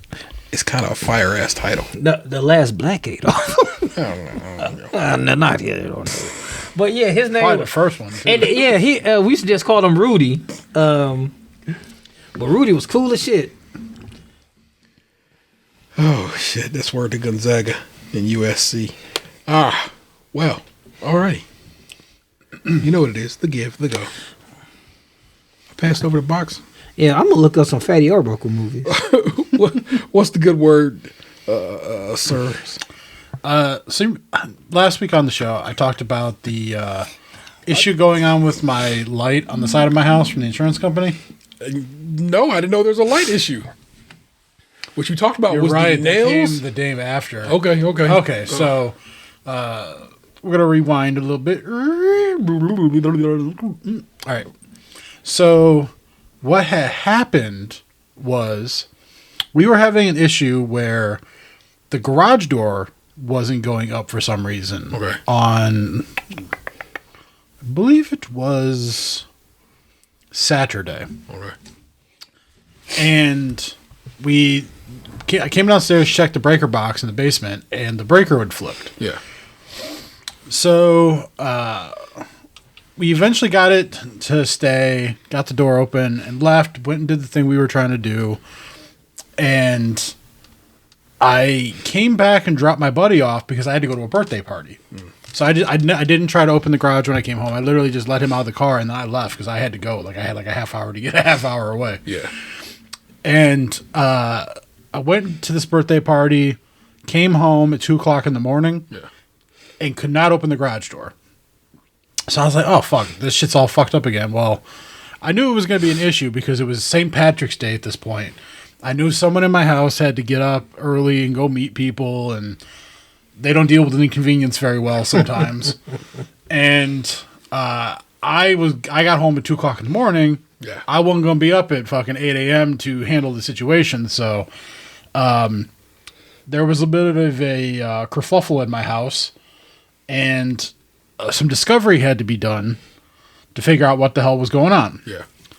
So I had a little powwow chat with my buddies so we could try and think tank what could be causing the issue, and we determined that like nothing new had been plugged in anywhere that could be flipping a breaker on like an outlet or nothing. Yeah. The only thing that had happened at that point in the last couple of days that had changed around here was the fact that the siding got repaired on the outside of the house. So he started digging around the light switches on the side of the house here by the side door, and there wasn't anything wrong with the light switches on the inside of the house. Mm-hmm. And then he went outside and he took the light off the siding, because I have one of those little lantern lights out there that's like you see out in everyone's house. Yeah. And apparently the siding crew had disconnected the light with the power on, and then when they hooked it back up, didn't hook the wires back to the light, so there was just live wires unhooked back there. Your whole house could have burned down. Yeah. Fuck that. Man, I was already mad about them with the nails. This shit is malpractice, almost. Yeah, so, ended up, like, he figured it out, and so I ended up calling the contractor. Yeah. And he kind of like hit me with that, like, oh, well, you know, that's on me. I didn't check, and you know, like this, that, and the other, and you know, they usually don't do that, and it's, you know, I apologize, and like it's just like at that point, it's like, all right, well, what are you going? He's like, I'll come right now and fix it. I was just like, no, you've done enough. We'll handle it from here. And so, like, my buddy had like turned the power off. They're taking the breaker out because we're gonna replace the breaker because it had, you know, popped so many times. Yeah. So, and I decided, because the light that was on the side of the house was probably original. It was very old. Yeah. I was like, you know what? If we're gonna go through the trouble of fucking doing this, I'm like, why don't we just I'll buy a new light. Like, I'll buy something nicer looking, something newer. We'll get like an LED light or something for out here. You know, it's like if we're gonna do it, it's like modernize it a little bit. Yeah, yeah. So we go over to the Menards around the corner, and I've never been light shopping before. Oh. Like, the lamps in my house, like, either belong to somebody else or, like, they were here when I bought the place. So it's like I've never gone to the store and been like, I want to see what my options are. Yeah. You know, I've never bought a chandelier light. I've never, like, gone lampshade shopping. Like, I've never done any of that shit. So we go over to, like, the area in the Menards where they've got all the outdoor lighting. Yeah. And I'm looking at all the options, trying to figure out what can fit, what the prices are, what the styles, because there's so many different variations of just a lantern light. Yeah. And I'm going through it, and then all of a sudden I hear, hey, can I ask you a question? And I look, and it's an older black woman who just wants to talk to me. Oh. Always. Yeah, and like, you know, like, the guys see me right now. Like, I've been to the barber today, so like I'm clean right now. Like, I have a haircut, beard trimmed up. When this happened last week, I hadn't had a haircut or a beard trim in 5 months. Truth be told, I had not showered yet that day. I was rocking this hoodie with the hood on to keep my hair like kind of hidden. But like, I look trashy. Yes. I was in basketball shorts. I was like kerfluffle. You were comfortable. You were comfortable. I was comfortable, but I was trashy. You was a mess. It's okay. Yeah. But this woman could But you still were sense savage. enough of me to realize that I was a safe conversation. Yeah. So she called me over, and she's explaining her situation to me. Apparently, she had a siding company come to her house, and they fucked up her electrical lines. Y'all should have compared notes. And we did. Okay. Because I was like, this is what happened to me. She goes, well, this is what happened. But the point of this is, I was just there minding my business, not bothering nobody. And I got pulled into somebody else's life, and they just wanted to bare their soul to me, a complete stranger. And I ended up talking her through her situation. We came to a conclusion. She picked out her product. She thanked me for listening, and she wished me a blessed day and wished me a great weekend. And I to her. But yeah, I to you, ma'am. we compared pain. You know, we were like the living unity cookie. Black and white cookies in life, in real life. Yeah. But yeah, she picked out a little lantern because we were talking about like her illumination needs for the side of the house, and you know how she's gonna have to get the electric company to come pick the lines up that the contractor fucked up. Oh man! But yeah, she's like, I've never had to buy a light before, and I don't know how big it needs to be. And she showed me pictures of her house, like I can see her address. Like, baby, you're putting a lot of faith in me. Yeah. I'm glad. Maybe it's a sign. It might have been, but A sign of what? complete trust in a stranger. Get your head out of the gutter. I think like it's funny. Like today, my partner, she went to go get her oil change, and she was just like, she asked for an oil change and a tire rotation. And she was like, when she got her car back, all the pressures were all at the same point. Like they didn't do anything. And then she said, like, she confronted him, like, hey, y'all didn't change this. And I'm like, I understand your trepidation. But at the same time, if you're not going to like a Take 5 or you see them change your oil change, you got to have a little faith in society, or else learn how to do it yourself. Mm-hmm. Because what's the use of you being like, hey man, I don't trust this shit, but then in 3,000 miles, take it back to the same place. Yeah. Mm-hmm. Yeah. Well.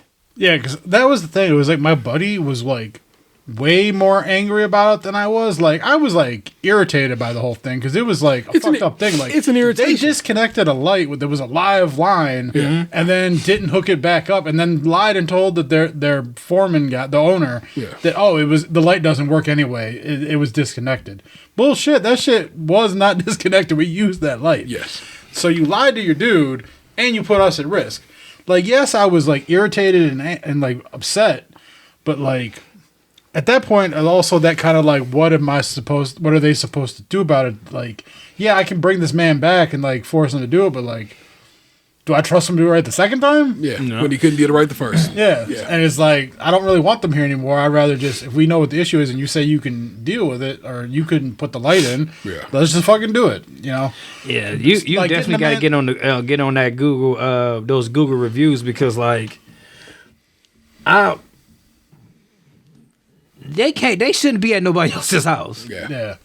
Like, I mean, like, getting upset and yelling at the dude, like, that might make me feel better in the moment, but it ain't going to accomplish nothing. No, not at all. Did you let your insurance come in, or, like, if they come to you with, like, I don't know, a post-service? I had to fill out, like, a satisfaction thing to get, like, the certificate and of completion and all that shit, and I had to, like, fill out a little survey and shit, and I wrote some shit, but, you know, I didn't like write like a scathing letter, like screaming and cussing and stuff. But like, you know, I said a couple things about my annoyances throughout the process and whatnot. But yeah, like it took my buddy a couple days because he decided to like do some stuff with the light switch. Like we decided to change out the light switches too because the light switches were super old, and I was like, I kind of wanted like the clicky ones with the you know, the light ups with the like the rather than the flickies, more of the clickies. No. You'll see it when you go upstairs. Fair. But and there was an issue with like that socket where like there was two of the lines in there weren't like live, and it was weird. They had it like branched weird, but it took them a couple days to get it all like situated. But that's done, and the lights installed out there now. And what'd you end up choosing? I went with a little lantern and an LED bulb. Okay. Because like that portion of the side door doesn't have a lot of room for a giant light because of the awning and the door frame. Yeah. So I had to stick to something a little small. Like plus we'd kind of measured it before we went up to the store, so I kind of knew what I was working with. Yeah. And so I worked in that size range, and I picked something kind of. It looks newer, but it's not overly organic. What's not organic? Like an ornamental? Ornate. Ornate. It's not overly ornate. Yeah. And so, like, I like it. It looks clean. Okay. But there were some there that, like, had, like, patterns in the glass frames and, like, elongations on tips with points and stuff and, like, curly bars and whatnot. And I just kind of have, like, the little mini lantern with, like, the clean glass sides. Fair. But yeah, you know, this is my first foray really with like a contractor doing like having to like go through a process with claims and you know, like the roof thing. Like I just hired someone, they came, did in one day, they were done. Like this was like a multi-month process of like multiple calls and people giving me incorrect information and like people not showing up when they said they were going to and. It's just like I'm just fucking glad that it's finally like over and I can move on with my life now. Yeah, but then where are you gonna discover something else? You know what I'm saying? I mean, something's always gonna break. That's no, I mean of these people. You know what I'm saying, like I said, all the nails that you found, all the cigarette butts you found. Now they fucking tried to burn your house down with like live wire. I'm glad breakers exist because they did their part, which is shut that electricity down. It's like fuck, man. Yeah, most of HGTV's catalog, like. I can name three shows like right off the rip is about like contractors not doing their fucking job. It's like contractors and lawyers go hand in hand with people not trusting them at this point. Like, it's very, very hard to find a good contractor. And on top of that, like, just because he, a contractor is good at your site don't mean he's going to be good at another one. Because most of the time, they subcontract like certain things. Like, I do this, I paint and do tile, but my buddy here, he does the grout work and the electricity, and then he does the plumbing and the whatever have you. Specialties within an industry. Yeah, it's always like, it's so hard to find, like, that's why I'm encouraging you to please, like, put this on Google, because, like, suckers got to know. But, I mean, even though in that moment of irritation, I'm just glad that I was able to have a professional conversation with the contractor. Yeah. But also able to kind of help guide a stranger through a moment of stress. Exactly. Yeah. It's like real. I think that's very dope. And that was kismet. Like, to you, in the middle, like, you went to a random store, met a random person. Yeah, I never actually. I've driven past a bunch of times since they built it, but I'd never actually been in there until that day. I like Menards. I like the third option. Like, hey, most people just go to Giant Eagle. I didn't like the sales associate we dealt with though. I've been there a lot of times. I don't know. I'm just one of those dudes where when I'm at a store, I'm probably one of the worst people. Got my headphones on, and I have like 2 different headphones. If I'm in quick and maybe have to talk to a person, I wear just the earbuds. But when I know what I'm getting, I'm wearing the fucking cans. We were asking the guy questions about like certain products and where like differences and where to find them. He just wasn't really listening. Yeah, and he was just kind of giving a quick answer, even though it might not have been the right answer. Yeah, and he had kind of a weird, creepy vibe about him. Yeah, This is why I'm a Lowe's man, because they always seem. We went to Lowe's a couple days ago because we had to get a screw for a chair I bought. Yeah. And I'm trying to find some hardware for these shoe racks I have. And people in Lowe's, way more outgoing, like less serial killer feeling. Yeah. But seemingly, the whole lot of them seem very knowledgeable. Can tell you exactly. I mean, like exactly what you're saying. You want to go to this aisle, but you want to look over here. Now, probably you get like 5 steps in, turn this way. The guy like listened. He walked us around to multiple aisles, trying to like work through what we were trying to explain. Yeah, because what we were looking for, we didn't have anything to compare it to. Basically, what it was is, I bought these 2 shoe racks off Amazon years ago. Yeah, and they're stackable if you kept the hardware that came with them. Yeah, but I had threw out the hardware because I had them on the ground separately. Yeah. I decided I kind of wanted to stack them, so I was trying to find an approximation for the hardware that I threw out years ago because they don't sell the hardware separately on Amazon. Some weird L bracket of some sort. It's like a weird, like, screw that screws into the bottom of the one, but that sits inside the pole of the other one. Yes. Yeah. And so we were trying to explain it to him in a way that, like, because it's a difficult thing to explain to someone who's not looking at it. Yeah. And so once we, like, got kind of on the same page, he took us over to these, like, cabinet drawers where they have all these odds and end bolts and screws and pegs and shit. Yeah. And so I found some pegs that I'm going to try and use in the bathroom upstairs, and then I found a couple screws to try, and I haven't gotten around to because been busy, but got a couple of screws. But also, like, now if these don't work, I know where to go back in there and to find something that might. Yes. Yeah, you're becoming like Lowe's and like becoming a weekend warrior. Like, oh, you start to know what you like and where I'll be to go. honest, not really me. I've been kind of drug onto the ride. is my buddy who's like, he's becoming like a tool addict, and he's like, oh man, there's this thing that might happen someday, and I'm going to need this one specific tool for this one thing that might happen. So I better buy this tool because it's on sale. It's normally $90 and it's $45. I better buy it. That is Xander. My son is the same way. His tool collection is impressive, and his knife collection is something that is both concerning and amazing at the same time. Came out with a Rambo knife the other day. He went camping last weekend. Came out with and I was like, did it have all the stuff inside of the handle? Watch me cook. I was like, does it have a compass on the end of it? He goes, I don't think so.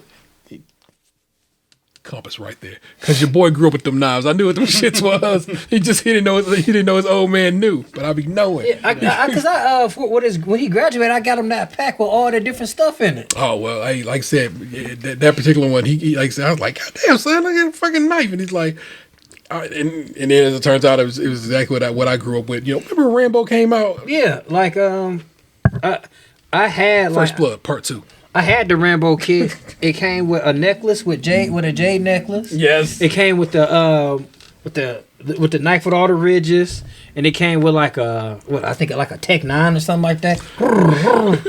So Rambo's knife was sick because, of course, it's a knife on one side, but it's a saw on the other side. Yeah. Because if you in the forest, you know, you need to be able to cut wood and choke the Viet Cong. I don't know who he was fighting in that second movie. The first one was when he was back in fighting America. cops. Yeah, the first one was just called First Blood. First Blood. You spilled first blood. He was fighting one time. He just really was fighting the cops, which is dope. Second one was Rambo First Blood Part 2, and he goes back to Nam to rescue, I don't know, his buddy Charlie, which is actually Street Fighter. Now that I think about it, that's actually what Guile's buddy was, Charlie. But yeah. Anyway, But the point of that is, I'm not the handy one. your boy is, your man's is, and I'm of not course, like tool. Me is just like sure, cool.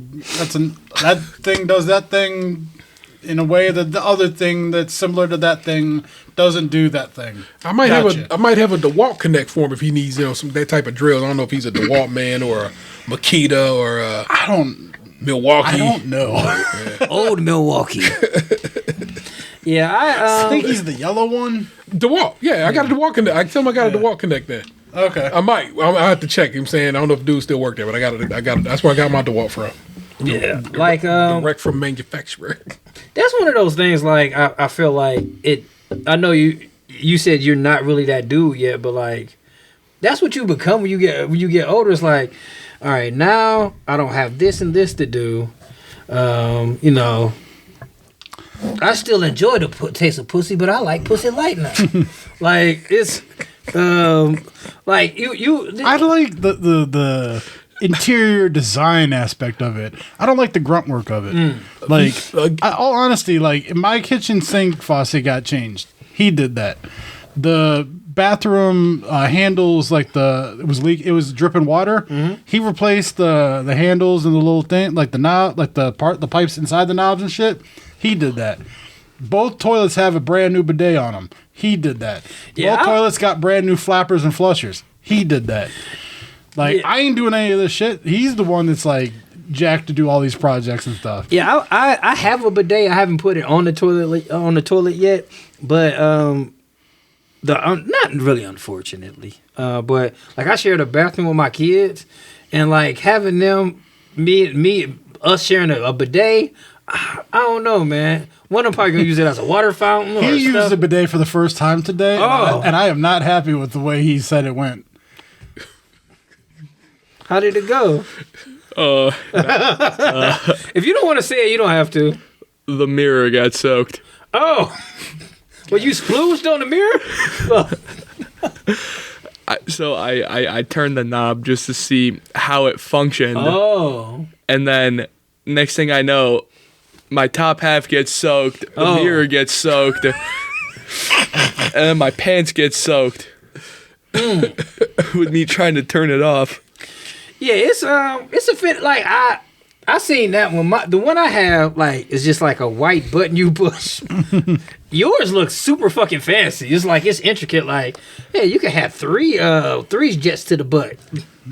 When I flipped the switch, the nozzle came down and then started spraying. I'm like, did this guy get a fucking kill streak in his bathroom? Oh wow.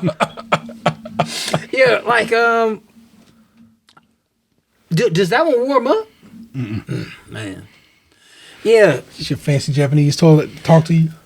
Man, like it's funny, like we're trying to move. Like we've been trying to move for the longest time, and like I don't want to keep on like doing shit like to make the next rent owner or something like that happy. Yeah.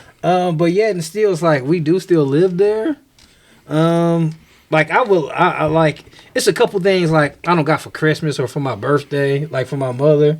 Like I don't want to put that together and then move it to another house. So, but and the bidet is one of those things on that list where it's like, but I do want to try it super bad, and I don't think I'm going to a fancy enough hotel anytime soon.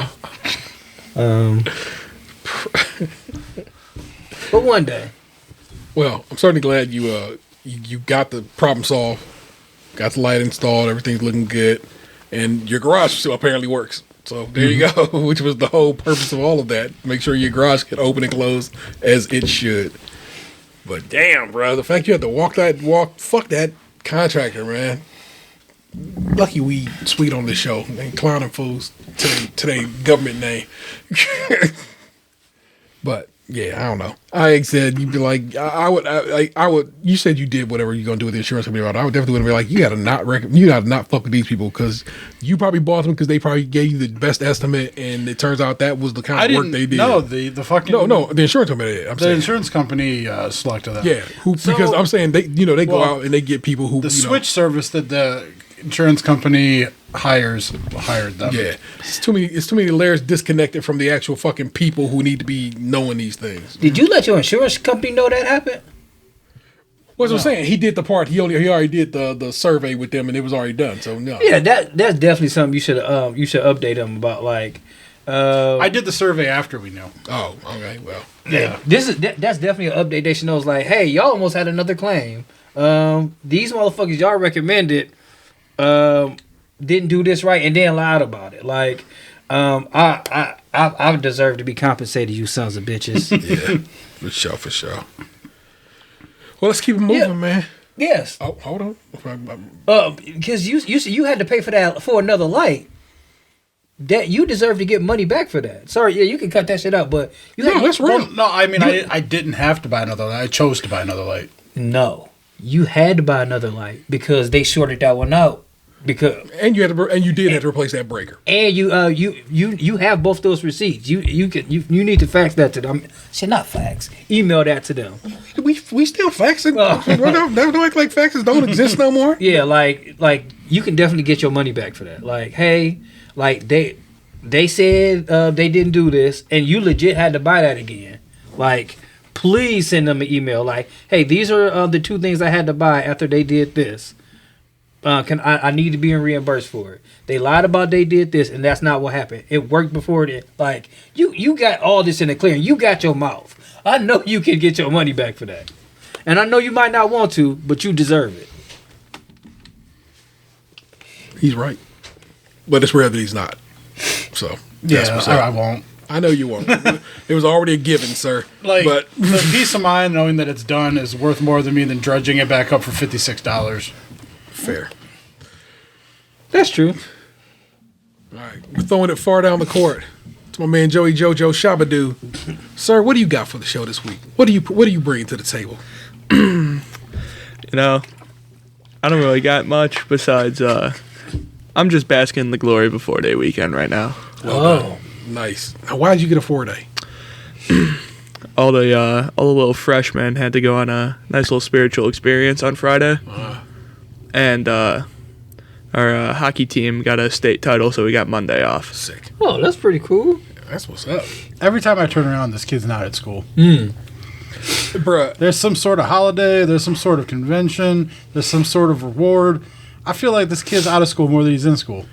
So my kid had spring break that week. We set the clock forward, which I thought was smart. In my opinion, I was like, that's wise. Give them a week to get their brain ready, reset, you know what I'm saying, so everybody can understand that, yeah, we lost an hour. It took me like 2 weeks to recover from that. Still not recovered Don't know if I'm right, but I think like calling off the last 2 days helped me get right. Yeah. But now I'm fucked up because I went to bed at 4:30 last night. But then, whenever Easter is, which I think is next Sunday, right? Yep. Yeah. Yeah. So my kid get another little break, a little Easter break. They get Good Friday off, and then that following Monday off, so they cop a 4-day. So yeah, the school game is weird now, bro. It's crazy. But yeah, man, that's vibes. So you know what I'm saying? You came over here, you got to kick with your bro. I heard you speak when I come early. You probably heading down south tomorrow. You know what I'm saying? To go kick it. Did you find your tickets? Because I don't have time. You should 3 minutes. All right, very good. I knew you was on it, so you know what I'm saying? So you just saying you vibing a young man out and about town. Yo, questions I had. Your school has a sister school, right? Not that I'm aware of, but maybe. Okay. so it could have a sister school. We got to figure out. We was trying to figure out who your sister school might be. So who would y'all like be trying to meet up with to holla at? Like if your school had a school dance, what's the female? I believe Joe's. I believe, which is over on Rocky River Drive. Okay. Oh, okay. Yeah. I know where that's at over there. What's her name? Went there. We worked with her. Always did like the culture council shit. Then went to Joe's. So yeah. So that's what's up. Yeah, we was trying to figure out which boys' schools, which one is their sister schools, because it's like, who bang with Eds? Not really bang. That's a poor choice of wording there. But it's like I feel like the Greens match. So I think it's Eds and Holy Name. Nah. Holy Name's over there, right? That's the girls' school. That's like this in this general direction. Holy Name's over there, but it's not. It's co-ed. It's co-ed. Oh, is it? Yeah. Okay. Yeah. So but then it's like, we were trying to figure out what's the one that is in Rocky River was Magnificat. Yeah. Who they fucking with? And, and so forth. And like, how do we find those things out? But yeah, you go to a prestigious ass school, bro. Like your school is a no. My man Pee Wee went there. He's actually my whatever. He went there. He graduated probably 2 years ago. So y'all probably crossed a little bit. He was in band. And that's my homegirl Zilma's son. And there's a long history of people who attend your school. You know what I'm saying? You got a good record of people like, yo, motherfucker, people who went there. You know what I'm saying? So that's kind of flawed. I was ragging on him a little bit in the barbershop today. I could see the anger welling up in him. Why'd you clown my man's set? I don't think it was anger. I was fucking with him a little bit. I wouldn't say it's anger. I'd say it was more so confusion. I don't even remember the whole totality of the conversation. But I remember I said something about like, you're gonna wave that Saint Ignatius name in my face, but you're gonna end up in like working at a manager as a car dealership 20 years from now, having that school name on your work plate, like it makes you better than me or some shit. And I just saw his body start like convulsing, his legs were like tapping, like he's like, this motherfucker is tarnishing the good name of Saint Ignatius. I think that was more so the caffeine kicking in. Oh, yeah, I think you just pounded another monster. Yeah, you just drank like the third one of my monsters already today. Second. Jesus. Y'all still going across the street and eat at Wendy's? Oh, is that a thing, Phil, still? It was. Oh shit! It was. It was my freshman year, I believe. There's a little fight that broke out between two freshmen, and one of them got wheeled out in an ambulance. Oh no! Damn. Yeah, I used to Was go it to Chris Red? Yeah, I Keenan sent his man to get on that. I used to go to when I was in junior high school. My school used to be like diagonal from St. Ignatius, and from the Goodwill that's not there no more now. So It's a gym, ain't it? yes, whatever that national brand is. I bought one of those jackets from there, and I used to walk y'all campus all the time. Yeah. But I didn't go to that school. But I used to always go get like back when I still ate beef, like a chili chips and cheese from that Wendy's over there. Like, cause back then it was only 99¢. Like $1 stretch work his man. Yeah, especially like you don't got shit like chili chips and cheese. It was the best. Yeah, our campus has a historical marker sign on it, Yeah. so it's open to everyone. Well, yeah, that was every bit of 1995. So, yeah, 1994, 1995. That was a lot of shit's gone down That, since then. Yeah. Is that back when West 30th went across what is now the little like campus part? Yeah. Yes, like it was a super long time ago. Yeah. Like it was very dangerous over there. Not that it's probably not dangerous now, but like It really is a different neighborhood now. Yeah, like- you would never believe that used to be yeah, it was crackish, real crackish. Oh, very like so on the corner of so that's Lorraine and West 25th. Yeah. That like little square right there, it was just like homeless people just laying out there like all the time. Yeah. And it was just like Yeah, it was not great. Yeah, this is the thing about him that I find hard to be relatable to me. Yeah. Is the amount of like school pride that he has. Oh. I'd never shared. I don't have any of pride my in anything. institutions. Yeah. So it's like the way he acts and the excitement he gets when like all this shit goes down there and everything. It's not relatable Are to you me. saying he's been indoctrinated? I feel like I wish I cared more Motherfucker be about wearing school. boat shoes every time he comes here. I seen him. I mean, what was I doing about half an hour before we got on here? It was Looking it was up sad. passion fruit. He was watching a text-based version of the school score on the basketball team. Oh. Like not even video feed. Some ASCII Literally, shit. it was like watching like the text page. The only way I was getting the live video is if I was to throw money at Spectrum, and I didn't really feel like doing that. I kind of feel like I wish I was more like that. Like, by the time I was in high school and stuff, I was like already jaded, already ready to just get out. Yeah, I never went to a single sporting event. I never went to a dance. I never went to a dance. I went to one sporting event. Two. Went to one football game and one basketball game. And that was because, like, my ride was there. Yeah, I remember, speaking of Wendy's, that's what I was doing that night, prom night. Like, working at Wendy's so I could buy me some Jordans or something and get ready to... I didn't want to go to prom because the girl that, like, I was supposed to go with was one of the girls that, like, I had a crush on, but she only wanted to be friends. And I didn't want to go as the friend because she couldn't find a date of someone she actually wanted to go with. So I just made some excuse about, like, how I had to go to my grandmother's that weekend or some shit. Even though, like, I could have easily just been like, yeah, I'll go. I was too, like, nah, I ain't gonna be second fiddle. Yeah, How much is that bitch your ass in this life? Like, That mindset. That mindset? Probably a lot. Yeah, I don't wish I'm pretty happy I didn't go to prom. Like, I'm fine with it, but I'm just not that type of dude. I already know. On the real, in my day, I know my mama couldn't afford to got me a tux or any good shit. And I know you saying you could have got a job and did your own shit, but it's not who I was. So me not going to prom was not going to be too whatever. But I went and kicked it that night with my homies. We went to go saw it, and like one of our home girls, because she was like, I don't want to go to prom either. We all went to go like saw a movie, and we all just hung out and did shit. And then we hooked up with people who did go to prom later that night and just kicked it with them too. Yeah, it was fine. Yeah, I didn't have any friends. I didn't really have any friends in high school. Like, I had like my first year I went to one high school, and then I was forced to go to another high school for the previous 3 years. After like my 4 years before that, I had made a group of friends, and we went to the same high school. Freshman year, I went to one school, then 10th through graduation, I went to another school.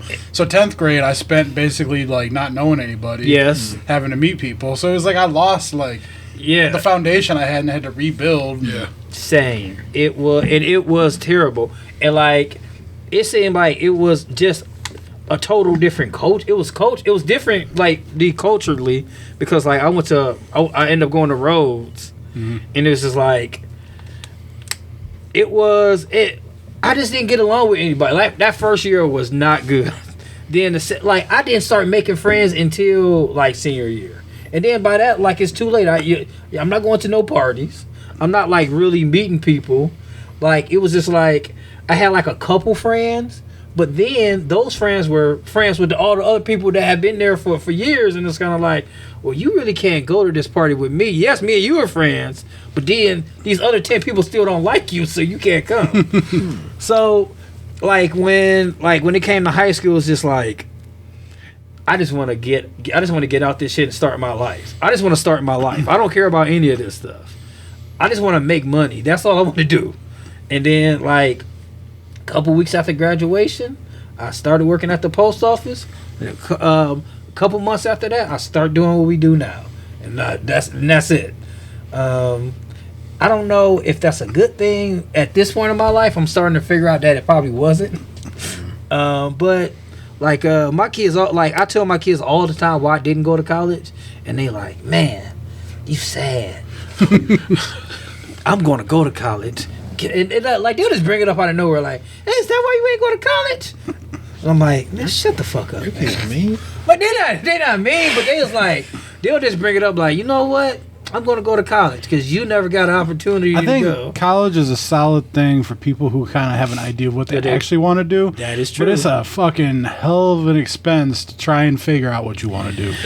Yeah. When I started college, I was like, I'm going to be a shrink. So I thought psychology was an interesting thing, and I thought that's what I would do in life. And then I took 2 psychology classes. The first one was real good. The second one was real not good. And I was like, psychology, not for me. Then I was like, oh, yo, I bang hard with history. I really do. I love history. If y'all are listeners to the show, y'all know that. And I was like, yeah, I can fuck around and do that shit. But then it's like, remember, Boxers told a story before how high school came to him very easily, but college was a little more like involved because you had to study. But if you didn't have study habits developed, guess what? You can't do very well in college. And I was the same way. High school was a breeze. I could walk that shit, and with A's and B's with little to no issue. College English I was very good at it. College math, I was a fucking failure. College history, depending on what history class I was. The one class I was like, yo, I can do this shit, hands tied behind my back. But then another one, that motherfucker was like, I got standards, and you ain't abiding by them motherfuckers. I'm gonna fail your ass, and he did. And so it was just like chaos. And I always say now, like, the reality of it is I got enough college under my belt that I could probably get a degree in something with just, assuming everything I did counts still, because sometimes they can be like, that shit don't count no more, you got to start from scratch. But I got enough college under my belt that I could probably, after a couple of years, get a degree in something. But I'm like, I couldn't study then. I don't know if I could study now. But, maybe. I don't know. I can't call it, man. That's the issue I run into with all the projects that I get involved with. Yeah. Is that, like, I start to lose focus on them after a while, and they become, like, just like, I'll get back to it. And it's like, I'm like, can I commit to studying? I could probably do it for, like, a week or two. But then I get, like, on that third week, am I really going to continue to drive through it? And I don't know if it's, like, a lack of effort, lack of will, like, what it is, or if it's just, like, I'm not really into it. Like, I'm going through the motions, I'm a procrastinator. Always have been. I still am to this day. Things like stuff like I could edit this. I could go home tonight, pull this show, start editing it tonight. Probably should. That should be the process. But instead, I edit Wednesday. The show is supposed to go up on Thursday. Oftentimes, it does not go up on Thursday because I'm like, man, I gotta make art. I gotta find if I don't get a title in this. It becomes so much more. That means the title has to come to me in the edit, and it does not come as easy as it should. Like I said, the recent show titles has been like, oh yeah, that one came in this, but bruh, it's like this past one, like it definitely came in the edit, and I was like, yeah, rather bookish works. I like that, and so that became the title of that show, and it's like, so I'm still that motherfucker. It's not like I changed that much. So I'm like, I don't know if I could do that shit, bro. I don't really think I got the studies in me, and I definitely can't do no math. Like college math. You know what I'm saying? I can do the math that I know you need in life. Yeah. Cause just trust me, you ain't using math was my best subject growing up all throughout school. Yeah. And then when I got to college, I failed the same math course 3 times because I refused to study. Yeah. Yeah, and on top of that, I think, man, I was on TikTok again, and they were saying like, people with ADHD don't miss people, and I was just like, fuck. I think I got a. I feel like we should all get tested for it. Yeah, because like I started like they'll just start naming off shit. I'm like, God damn, I must have ADHD. I have to fucking have that shit because it's just too much stuff. It's like, hey, you don't do this, you don't do this, you don't do this, and I'm like, yeah, I don't do that. And it's like they were saying like, it's not that you don't miss people. It's just like the way your brain works is like, yeah, I just must have that shit. We're all wired funkling. Yeah. All right. Are you a outgoing party man? Do you go to parties? I do not. Do you want to go to parties? Not really. Okay. You were all excited to go to like a New Year's Eve party like 2 months ago. You talked about it for like a month. That shit low-key sucked. What about it? I just didn't enjoy it. It's kind of boring. What could have made it better? I'm not sure, honestly. Right. I mean, if I could have stayed till later, it probably would have been better. Okay. It's kind of like an old Richard Pryor joke, like, what y'all waiting on? 11:30? We gonna pitch a bitch at 11:30. But it's like, it really, like, just like we were talking about, like, drinking earlier, it really doesn't get that much better. Like, it is what it is. Like, you go to a party. Like, I remember the angst that going to a party is like, especially when you knew people, it's like, hey, I want to see such and such. Once you see such and such, it's like, all right, it's all downhill. It's like, that's it. Like, a party can be fun, but it becomes a collection of people and their bullshit. And it's like, is the bullshit going to come out, or is it going to stay repressed while you have a good time? That's the thing. It wasn't really that much of a party, more of just a glorified hangout. Okay. Yeah, it was just a hang session. Yeah. And you like, that's kind of cool, but at the same time, it's like, I could be at home. That's one of the things that I feel like about like movies and television is they like made you believe that high school parties were way more extravagant than a lot of them really are. So the thing is, I've been to some extravagant high school parties. I went to school in Atlanta, Georgia, and I hung with I was just actually literally thinking about this yesterday as I was walking to my car. How funny! I hung with a varying crowds, and so I had my black folk, because Atlanta is just Atlanta, and I had my art folk. There's a selection of every race, color, and creed you want for those people. Then I had my sports folks, because oddly enough, I want you to know, which I think I find the craziest shit to me. Once I put two and two together, I kicked it with pretty regularly the now former coach of the Indianapolis coach, Jeff Saturday. I went to high school with that dude. That was a dude of mine. That was like folk, and I was like, I know Jeff Saturday, and he was like, yeah, that's the Jeff Saturday you know, and I was like, that's insane to me. So sports dudes, I had people I fuck with sports. I played football for a spring session of football once, and I was like, nope. So I was but I tried, and then so I met jocks people like that, and I was there. And I took good English. I took the higher English course, so I had nerdy people I fucked with. So I had a real selection of people that I knew, and because of that, I get invited places, and my mans will be like, I'm trying to get down. I'm like, you trying to kick with? I'm like, yeah, I'll go with you if you want to go to some bullshit. So I have been to those weird ass not tons of them, but a couple of them at least. So yeah, and it's kind of fun when it works like that. And it's like, yo, that's kind of weird and so forth. And sitting there ciphering with people and learning about their lives and so forth. Arty people are the best people you want to kick it with, in my opinion. Jock people have their good sides, because like, it's never like the mean jocks like TV tried to make it out to be.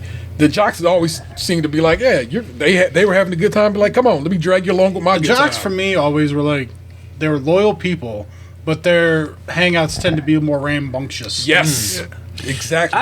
Which is why the arty people was who you wanted to fuck with, because they shit was vibes.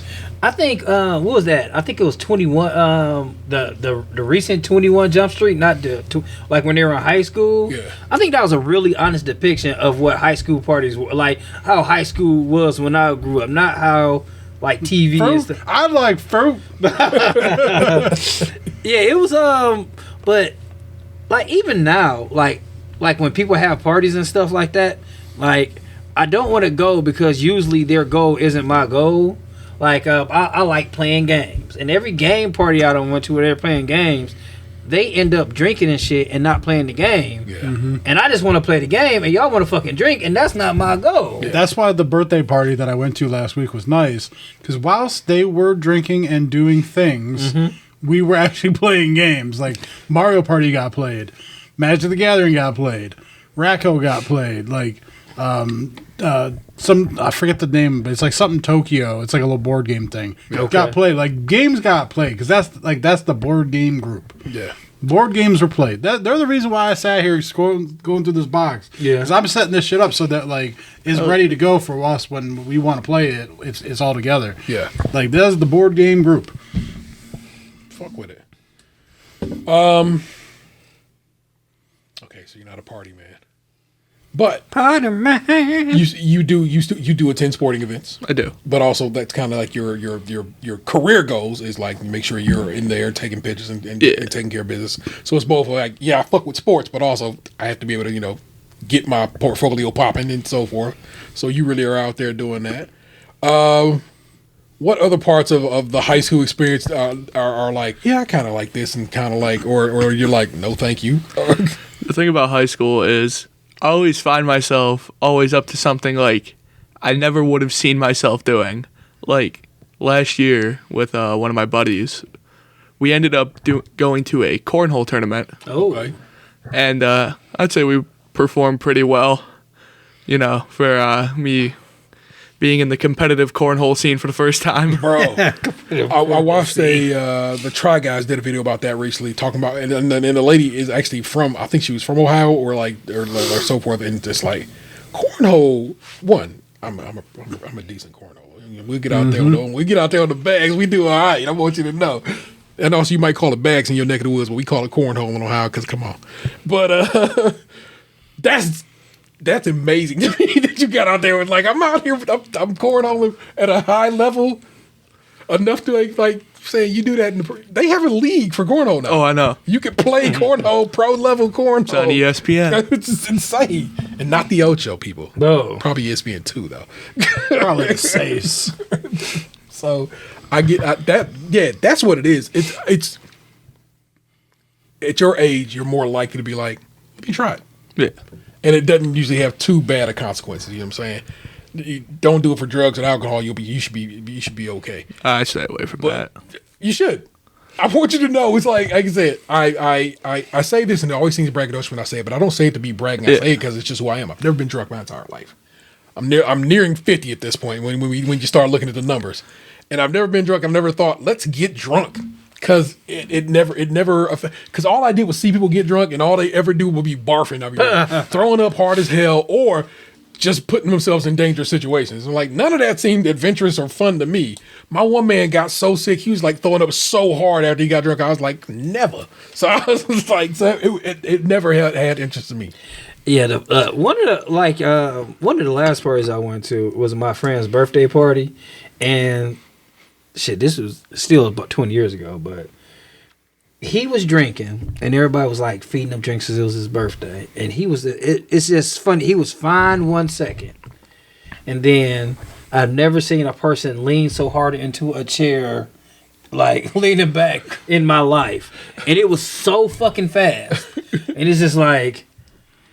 I was talking to him 1 second, and then I know a guy who's literally like that, where he's drinking and you can't tell he's drinking. Yeah, and then in the snap of a finger, most drunk person you've ever met in your life. And it was just like, I'm only here. This is your birthday.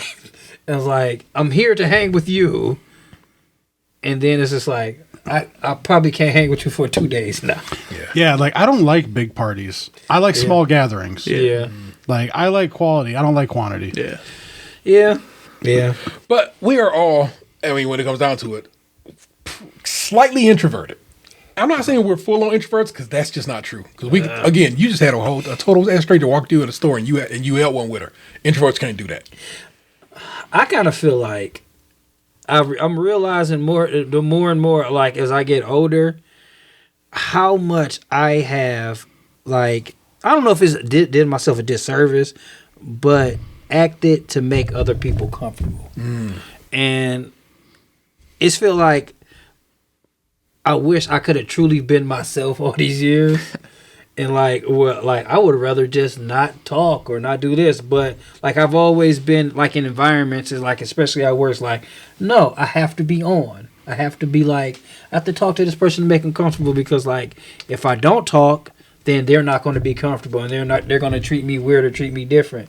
Like an extension of the League of Magical Negroes. Yes, pretty much. Like that's what I've always had to be. I've always felt like for years and years I had to be on. Am I allowed to say that because it's a movie title? You can say Negroes. Okay. Anyway.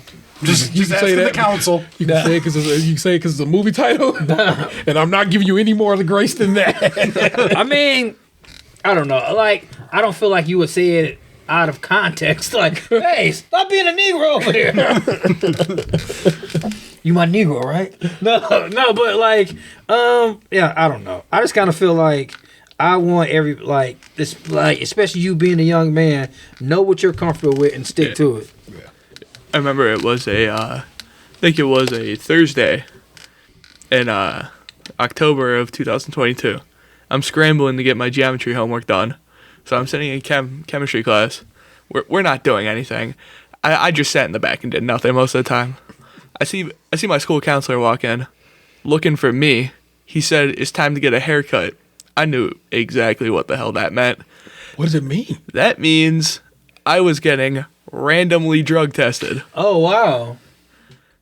And I'm like, you can't be serious right now.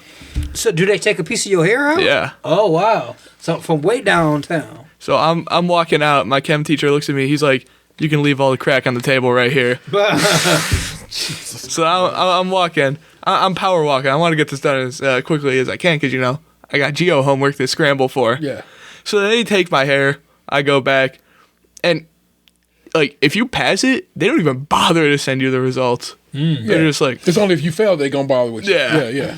They always say doctors don't call you unless it's bad news. That's pretty much what that situation is.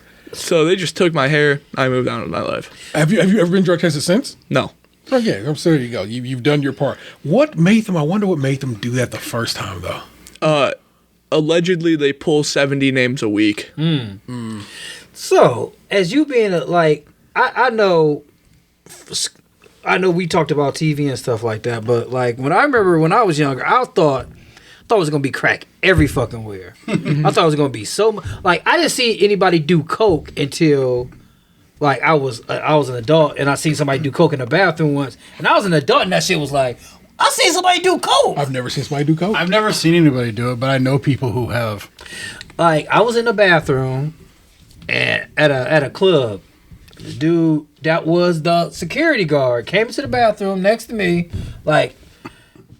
and then just did some coke and then left. I was like, whoa! I went home and told my mother about it. I was like, What, you just do a bump off a key or something? What is it? He put a little bit on his finger. He had one of those fancy ass translucent brownish bottles, and I was like. Hey, and then he left. I was just like, "You just gonna leave now? You just gonna leave after you did that? We gotta have a discussion, young man." I don't even know what to do with it. Have you ever seen crack? Mm-mm. Yeah, I've seen crack.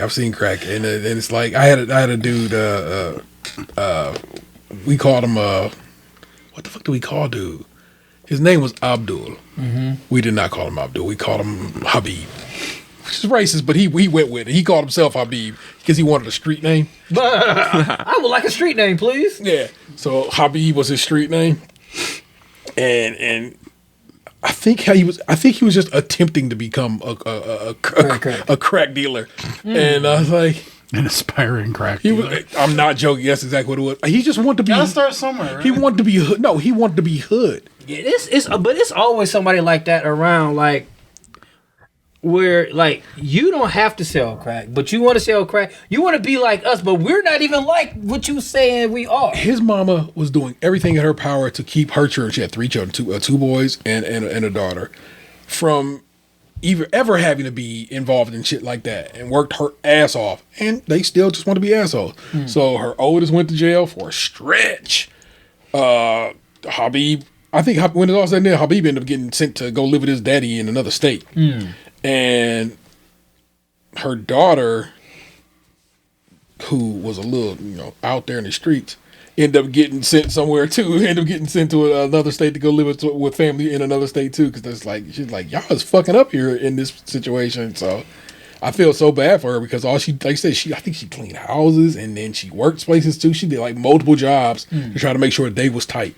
And it's like, that's crazy that they just, and you think about it now, you think you can look back at it with clear eyes, with clearer vision. It's just like, yo, man, y'all got to chill, bro. So I guess what come back around to the question, how prevalent is drugs, around you, and or at least around your friend group, or people that you don't even know in school? Basically non-existent when it comes to my friends. Yeah, but I'd say in today's society, the availability of drugs is through the fucking roof. Oh, is it like drugs or is it like weed? I feel like weed is just about everywhere because it's a thing, but I'm like, is it like? I mean, you can classify anything as a drug, but it's more like what people typically get down with, and it's not really frowned upon. Fascinating. Man, everything I said, my youngest is you're literally y'all same age, and I'm saying you're a junior this year. Mm-hmm. Yeah, same with them. And so I'm constantly on deck with them to watch them to try to soldier them through this life, because it's like I'm like, what the fuck is going on? And he'll tell me like, yeah, this person was fucking somebody. I'm like, what the fuck is going on? I remember. There was this one time I was walking down the hallway. I don't remember what the hell I was doing. I think I was like told to like guide people somewhere. I don't remember. I'm like walking down. It looks like this like little freshman. He walks over to me. He whispers. He's like, "Yo, you got rips on you?" I'm like, "There's no fucking way. You just walked up to me, and you don't even know who I am. I could be wearing a wire for all you know, and you're asking me for nicotine." I said, "Get the fuck out of here, you fucking fiend." I'm glad you told us what it is. I was like, what the fuck is a rip? Oh, I know what it meant. I know. I didn't. Yeah. Oh shit. We old. Context clues, I figured it out. But yeah. I'm like, you're a fucking fiend. Get out of here. Fascinating. Yo, man. It's like Rippets back in the day. And I only found out what that meant because this guy I'm like friends with now. And that's how the friendship started. It goes both ways, though. I said tonsil hockey last night while I was playing Call of Duty, and He didn't know what that meant. Yeah, I'm like sitting there. I'm like, the fuck are you talking about? Tonsil hockey. Can you score a hat trick in this? I mean, you know, situation. That's some old people shit right there. You got an old ass man shit on that one. Tonsil hockey. Jesus Christ. I know about hockey. I scored a hat trick in PE hockey. Oh my gosh. So high school still seems pretty high schooly. Don't say, I mean, it has its own variations on the theme, but you seem to deal. I mean, like I said, you do school dance, anything like that there? Yeah. Yeah. How are dances in this day and age? Are they fun? Are they? Oh yeah. It's a good time Yeah. to be had. I mean, can you dance? not really. But you have fun. Do you get out there and try? Yeah. All right. So me, I can't dance, but I'll go to a wedding now because like I said, high school I'd never. But now I'm a grown ass man. I don't care. I'll get out there on the floor and I'll just do a little something. And I don't know if I'm doing anything, but I'm having a good time. Usually, always with my lady, and it's like that's fun. You know what I'm saying? Yeah. So never be ashamed to get out there and tap the toes, man. You know what I'm saying? That's dope. I'd say the hardest part about a school dance is picking where you eat before. Yeah, bruh. As the man who has to pay for a child food, yes, that shit comes up all the time. It's like I'm like, where's y'all going? We think we're gonna go here. Like, so the most recent dance was the winter formal. Mm-hmm. And there's like they end up going to if you go to the Winking Lizard before I think 5, maybe the 6 o'clock, you can get in there. But after that, they you gotta be 21 or older to get in there. Yeah. So there's a cutoff for that kind of shit. But it's like, get the fuck out of here. It's like, don't be making that whatever. Remember what's the kick it spot? Where has been the spot you seem to try to get to? Like just typically? No, it's like for your pre-dance meals. That's hard because it's been different for like the past 3 years. Yeah. I mean, I went to another school's dance this year, and I ended up going to a gas station with one of my buddies. We went to Speedway. Some speedways are nice though. Oh yeah. For our homecoming, we went to a Sheetz gas station. That was our dinner before. Yeah, Sheetz is I've been like all around northeastern Ohio, and like at night, especially past midnight, it's packed. Sheetz is always body rocking all the time, like, anywhere you go. Like this year, I went with my buddies. I tried to scramble again last minute date. She had work. I told her to quit, but she was dedicated to that bonus. Clearly. So then I text one of my buddies. I'm like, "Want to go to Sheetz?" He's like, "Fuck it, sure." I love it. I love that there's options there. I feel like Sheetz and Raising Cane's is just like young people central. Oh, just like as my chemistry teacher said, Raising Cane's is the Steak and Shake of the new age. Yeah, because I think what Steak and Shake doesn't have that Raising Cane's have is consistency. Yeah, like I can go to a Raising Cane's and it's like, you know, between the like, it's pretty much a standard. Mm-hmm. Like I don't care which one I go to, like The fries might be good, they might not be good. The tenders might not be good, they might be good. Like it's like they fuck up, but they don't get too far out of line. Yeah. Like you can get, because usually my order is, especially lately, I either get a kid's meal or I get like a 3-finger basket. Yeah. Like it's just enough food where I'm not gonna be taking nothing with me, and like the limit, I get a half unsweetened tea, half lemonade. Sometimes they fuck up. Yeah, sometimes they fuck up and give me sweet tea, and I know right away. And I was like, but when they get it right, it's superb. Remember the chicken sandwich incident? We know. I talked about it on the show. It's the legacy of the program at this point, and he doesn't understand why you fucking with Cane's at this point. Yeah, because I don't like the sauce. I'll get the honey mustard if I have to have a sauce. There's like. But it's like the other night I got a kid's meal. Yeah. Man, that shit banged hard as fuck. And I was just like, I wasn't super hungry, but I was like, I do want some fries and I do want some tenders. And I was just like, can I get a kid's meal? That shit was like, it was consistent. It was good. My kids got some stickers. It was fine. Do you remember the one protein bar incident?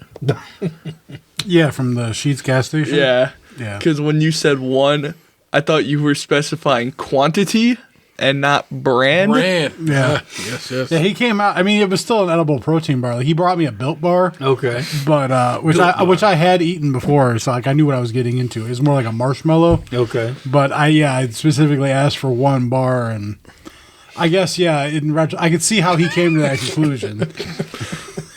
Yeah. I don't know if he part of the protein game, so Can't quite say I am yet. Yeah, like at least he was like in the ballpark. Okay. Unlike when he ordered me a chicken sandwich and came out with one fucking tender. I mean, but that's really. I mean, it's not on him, but shit happens. I'm just saying, he's got a pattern here of not delivering what was requested. well, there's rules to this. Now, going forward, double check. Just look before you walk out the restaurant. Yeah. Just take a peek and be like, because this feel light. I feel like I'm missing a piece of toast here or something. I mean, I saw like the little to go box, so I thought, is there a sandwich in there? yeah. It was instead it was a singular tender. It seems to be just that particular Raising Cane's that has this issue, right? That seems the second time I told you about where we went to the drive-thru, that was in Berea. Oh, did not know that. Yeah, like I fuck with that Raising Cane's around there super heavy. Every time I go, because usually when I go in there, I'm only getting half unsweet. I usually only get that drink, and they'll just give it to me like all the time. They'll just give it to me. When they remember when we had to sit there for like 20 minutes? Yeah. Just I talked about it on the show. Yeah, they made us wait in the drive-thru for some fucking reason. And then I was like completely outraged. I'm like opening up the box in the back. I'm like, oh, they gave me fucking coleslaw. Yeah, coleslaw. I don't know. It's not good by itself. You always need something with it to make it good. I only like Panini's coleslaw, and I don't even like Panini exists still. Yeah. They still do. I think there's one on the west side by like Rocky River. Yeah, that one over there. Okay, I know. Yeah, off of when you gave me that, like when Plague, yeah. Like when you gave me that pulled pork sandwich with coleslaw on that wasn't bad. But coleslaw by itself, I can't get down with that. That coleslaw too was made by the man upstairs. Really? Yeah. God himself. We all made that joke at the same time. It's a relatively good. Like coleslaw is God like, probably played a hand in it, but no, the literal man upstairs. yeah. Coleslaw is one of those things that usually tastes better, like homemade. Like Well, what had happened with that particular incident was we were making pork ribs in the slow cooker. Yeah. Well, they went from fall off the bone ribs to shredded, totally tender fall off the bone ribs. So they became pulled pork. And we were discussing how we were going to go about consuming it. And I was like, well, like a Carolina style is kind of like how my preferred way. So he looked up like a Carolina style coleslaw, and he went and he got like adobo chilies. And, he like made actual coleslaw. Yeah. Yeah. I know. Like pretty soon, like me and my son were discussing like making a birthday meal because like, my partner pushed him out. He really didn't do anything. So like we were gonna make like a like a salmon taco for, and still haven't pulled the trigger on it yet because just haven't had the time. But some homemade coleslaw, definitely probably gonna go down with that. But I don't know if about using spicy because my son don't fuck with the pepper and stuff like that. Well, it was just that regional style. Yeah. Well, young Joe, thank you for joining us and kicking it with us for this episode and sharing with us some adventures in high school. I am not going. I have nothing for you this week. Don't worry about it. That's what he's here for. But we are. Well, one. Let me catch you up on things. You don't know it because we didn't say it. Our sitting in Dan's basement recording this live in person. Have not done that. Last in person record we did was when Gabe was in town back 16 or so episodes ago. And so how many weeks that is now? Why do I know that? Because here on this iPad was of the notes for 516, which was literally 16 episodes ago. Because today was 532.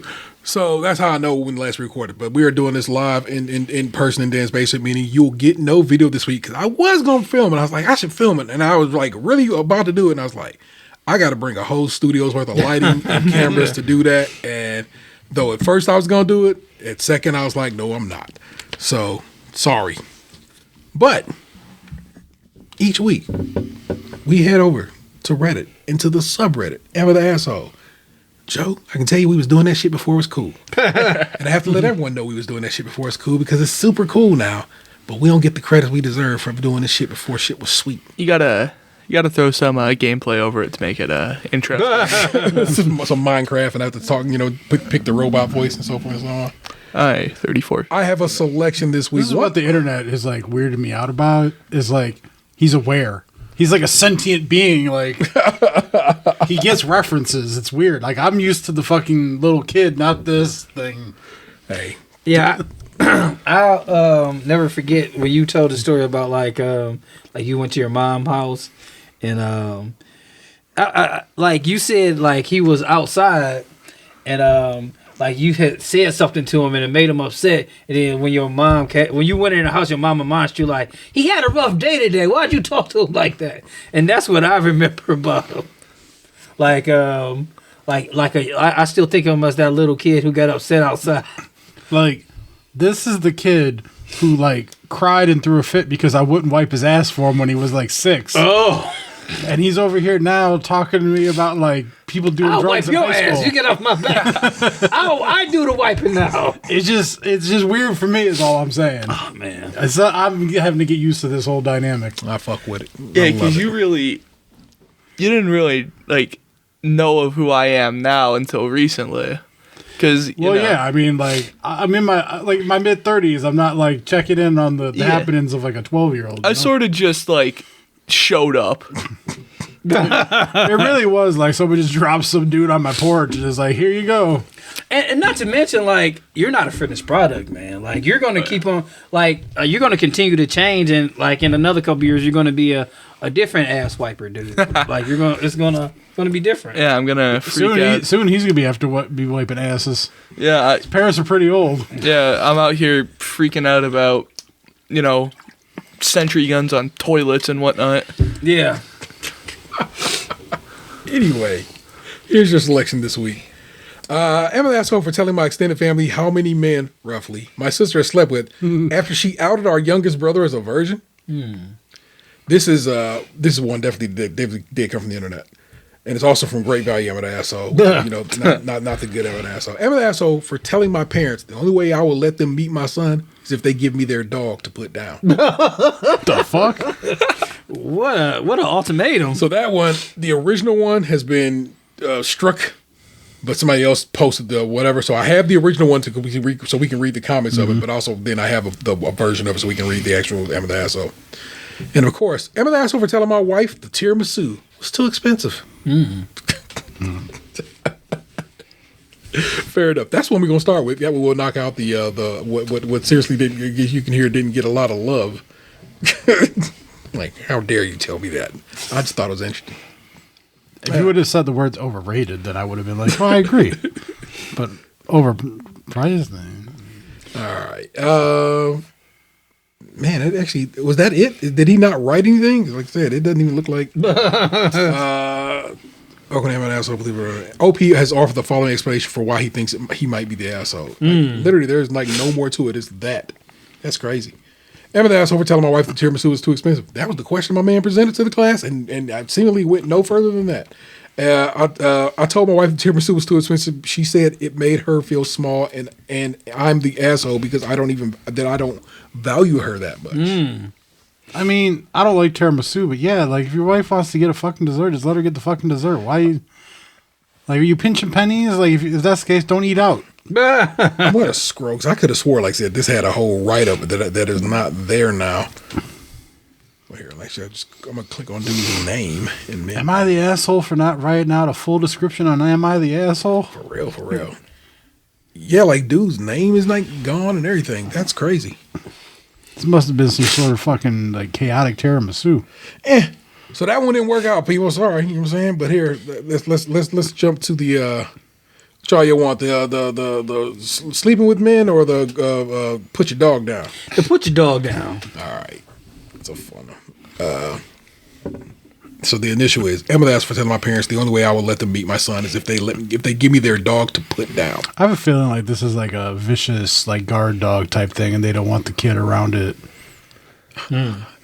Based on just that title, you think this person is an asshole? No. All right. Yes. Okay. I don't even know. You just guess one way or the other. You're not tied to the answer. That's fair. Sure. All right. Emma asked for telling my parents the only way I will let them meet my son is if they give me their dog to put down. I do not, in any way, want to harm my parents' dog. When I left for university, I had to leave my dog behind with my parents. I was the last kid out of the house, and they liked their empty nest. To make sure it was super empty, they put down my dog. She was a 6-year-old Beagle Basset Cross in perfect health. I had rescued her. I got a job to pay for her food and vet. Before I left, I had quintuple check with my parents that they were okay taking care of her while I was at school. They were not. They told me she got out of the yard and was hit by a car. I found out the truth from my brother, and I cut them out of my life. They killed my best friend. Wait. So the dog didn't get hit by a car? No. Okay. These people suck. My friend from high school had offered to take her, but I didn't want to have her get attached and then have to fight to get my dog back. I honestly thought I could trust my parents. It's been 8 years since I talked to them. They were not invited to my wedding, and I do not attend family gatherings where they are. I have a 3-month-old son now with my husband. My brother and his family were over to meet him, and he asked if I'm ever going to forgive our parents. And I said no. My mom contacted me and asked what it would take for me to forgive them and let them meet their grandson. They have a French bulldog puppy. I said if they gave me their dog so I could put it down, then I would forgive them. She said I was being ridiculous, and that was not going to happen. I told her she cares more about her dog than her family, which is what she always accused me of. My brother says I'm being an asshole, that they made a stupid mistake, but that it should be forgiven. I'm never going to get over it. Yeah, fuck that. Yeah. And not to mention, like to add the cherry on top, y'all fucking got a dog after that. Mm-hmm. Like y'all could have had. Yeah, that's pretty. These are the kind of people that don't value life. I don't. To them, it's just an animal's whatever. It's disposable. Yeah. So let's poke through the comments here. Not the asshole. You had another person lined up to take your fur buddy. If they weren't willing, they did not have any reason to put down a healthy pet. It's real fucked up that you can even do that. I don't like that. Yeah, you would think there'd be some sort of like regulation on that shit. Yeah. Out of all the modes you could have disposed a dog with, I'd say that's the most unnecessary. Could have put it up for adoption. Could have given it to a friend. Yeah, but they couldn't because they're putting up the standard like, oh, something happened to it. Like they were just being assholes to begin with. Like to say they like think they're going to get caught out of the lie. Yeah, they would get caught in the lie. Like if like they must have just hated that dog. Yeah. Let's see. I mean, I'm sure there's vets that would, and also you can probably lie to a vet. Okay, I don't know, whatever. I'd imagine that there would be a report for a vet to legally put down a dog. And then somebody comes in like, nope, I used to be a vet tech. The only convenience euthanasia I saw was people who chose to put down their older but otherwise healthy dog of a bladder infection. The vet I work with explained that she thought it was better for us to do it than to leave her untreated and hurting or taken to the pound to be put down by complete strangers so instead of really us. just Dr. Death in it out here? Yeah, who lived on her for They go to the highest bidder. Dr. Kevorkian of animals? Well, no. So basically, what it Dr. is, Kevorkian was like these people wanted. He was called the angel of death. Yeah, these dogs are just like, oh, we're gonna go to the vet and then we can go to the park. I'm going to a farm. I'm not dying tonight. What are you talking about? So basically, what these people are seeming to be saying is like people you can go in and lie to a vet and be like, yeah, they were aggressive and they got to get put down, and vet will be like, okay, and they don't ask for any kind of documentation for it. So that's fucked up. I'm trying to see if I can find anything. I want to see if I can't control effort on the iPad. People, I'm sorry. So usually I can be like, so I can find if somebody was like, yeah, no, you're the asshole for threatening your owners or whatever. But everybody's like, no, not the asshole, and so forth and so on. So, I don't see how the person, the OP could trust their parents around their child after what they did to their beagle basset cross. What if the child gets inconvenient? They behaved badly in the past, costing an innocent dog their life. They're horrible people and absolutely cannot be trusted. I mean, I fully agree with this. And, man, somebody else is like, my parents did this with my cat when I was 7. Oh, shit. These streets is mean for animals, y'all. But, I mean, look, we all said that person, we all knew this person wasn't an asshole. Well, I'm not going, well, Box was guessing, but of course he was guessing based on just what he had. He was just, hip checking me. All right, this would be the last comment I read.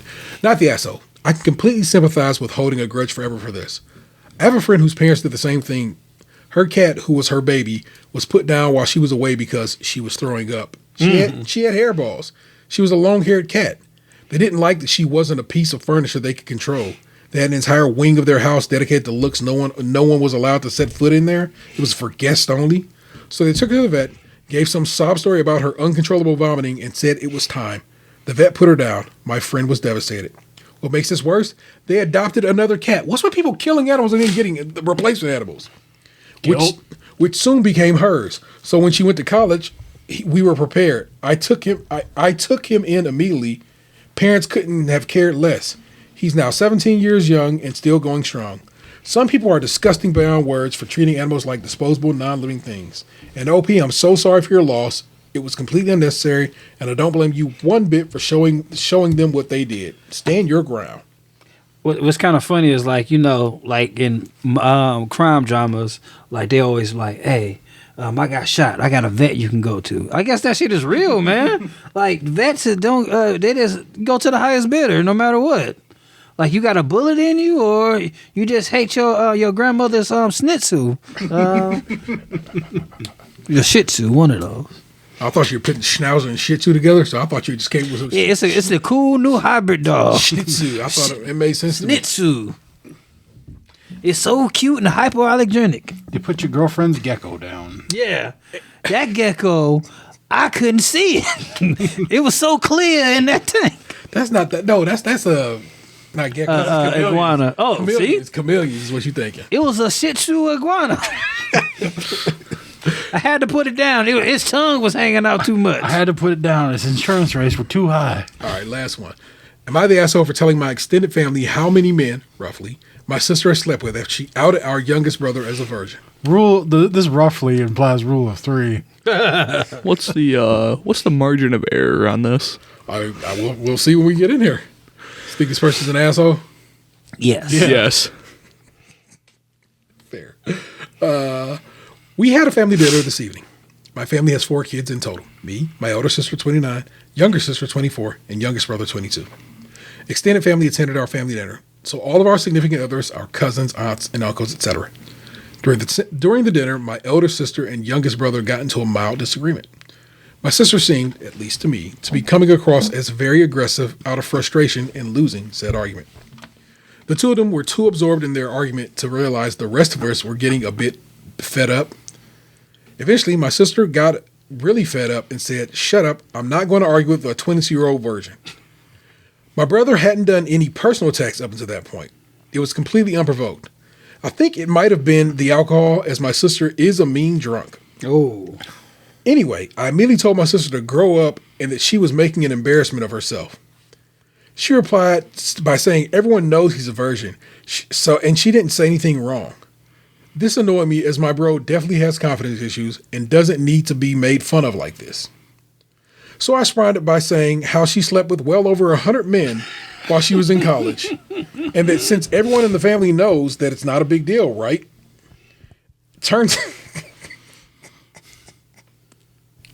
Oh, shit. Turns out her husband didn't know this. Oh, man. Oh, fuck. I genuinely assumed he must have known. He left the party angrily saying my sister misled him about her past. Oh, shit. Oh, shit. Damn. Family is blaming Shots me. fired. Family is blaming me for their marital problems. I refuse to accept that I did anything wrong. My sister bullied my brother in front of everyone, and all I did was give her a taste of her own medicine. And apparently with the truth. Hurt dogs holler. I wonder where they met. Was it church? Hey, I mean, those girls with Bible verses in their bios usually be up to the most freak shit. Just saying. Oh my god. So now you have the whole thing out there. Is this person an asshole? Nah.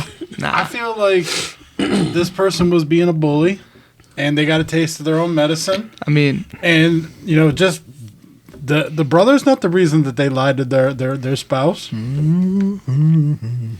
mean, you put some energy forth, you get the same energy back. I mean, it was a given that was going to happen. An equal and opposite direction, you know what I'm saying? Not the asshole. I feel like everyone sucks here thinking it's more damaging to be slut shamed than it is to be shamed for being a virgin. I was a late bloomer. Literally every sexual milestone was hit way after what is socially acceptable for people my age. When you tell a person that you're still a virgin, you're immediately hit with the eye. They stare at you that you're still a virgin. They stare at you and critique you like, yeah, their nose is a little big, I guess. What? They're pretty socially awkward, so I can see why, etc. Trying to make sense of what's wrong with you, so that no one wants to have sex with you.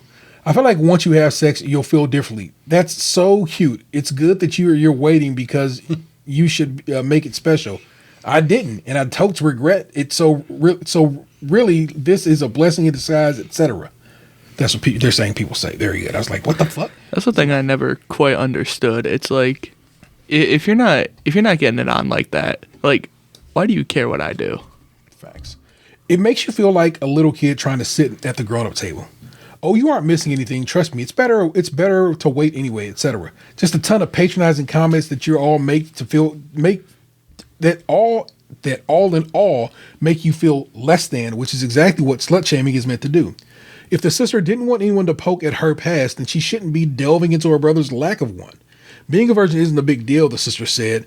The sister said it because she clearly feels like it is. Yeah. And she wanted to invalidate her brother's voice. That was the whole point of her comment. His opinion, in her eyes, is less than because he's a virgin. I feel like most people don't understand what it is to be told that you're less of a person / less of an adult because you haven't stuck your dick in someone / let someone stick their dick in you. It's a very degrading concept. And somebody came and said, I agree. People have never been in the brother situation before. Let me see if I can find your... not the asshole. She starts the personal attacks on body count, so she can't be mad when someone points out hers. She lied to her husband about her past, and that's her fault. If anything, she's the asshole for that. If the marriage is truly in trouble for speaking the truth, it probably wasn't a good match. I think another thing though that we're overlooking here is the fact that like they said the whole family knows. Yeah. So that means that mom and dad like, and this could be because there's some people who are just sexually free. I think that the whole family knows was that. It wasn't the whole family knew. Like, oh, we all know that bitch a hoe. Clearly, the whole family didn't know because now there's a marital problem. Yeah, I feel like the whole family knows now is basically the implication there. So I don't think they knew. God damn, that is a wild one. But Reddit. he's 29 and she's 24. That means they didn't go to college together. How the fuck did he know? Was she just like straight telling him like, bro, you ain't gonna believe I'm out here fucking everybody. Because that might be some shit that the family knows, but not the family. You know what I'm saying? Like, But like, how are they discussing this? You know, it's like, I mean, because it might. Everybody's family is different. Your sister brought another nigga home. And, you know what I'm saying? It comes up. You know what I'm saying? With like, damn, again? Wow, really? You know what I'm saying? It comes up in discussion. It just is what it is. Reddit said everyone sucks here. I disagree. fuck that. Reddit, you wrong. Yeah, you out of pocket, Reddit. Reddit, you out of pocket. You need to stand on business. That was our visit to Reddit and Emma What the you know asshole about for the standing on week. business? 10 What you know toes about down. standing on business? 10 toes down. I know what it means. But can you say it in sign language? Yeah.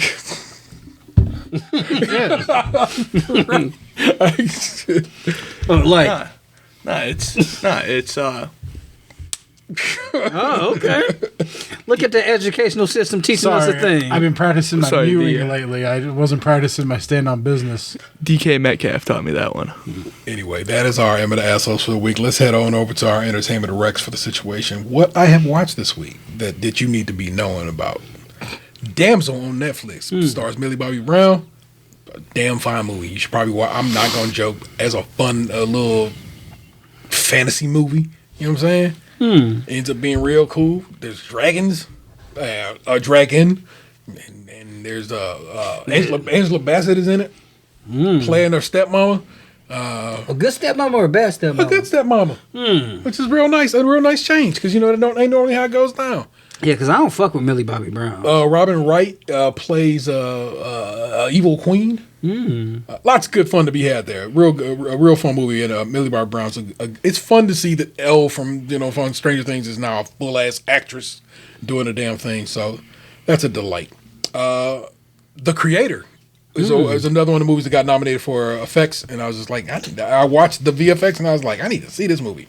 That's a good ass movie. So on Hulu right now, if you got Hulu, check out The Creator, sci-fi joint. Gareth Edwards, who directed the first of the more recent Godzilla movies, is who directed that movie. John David Washington stars in it.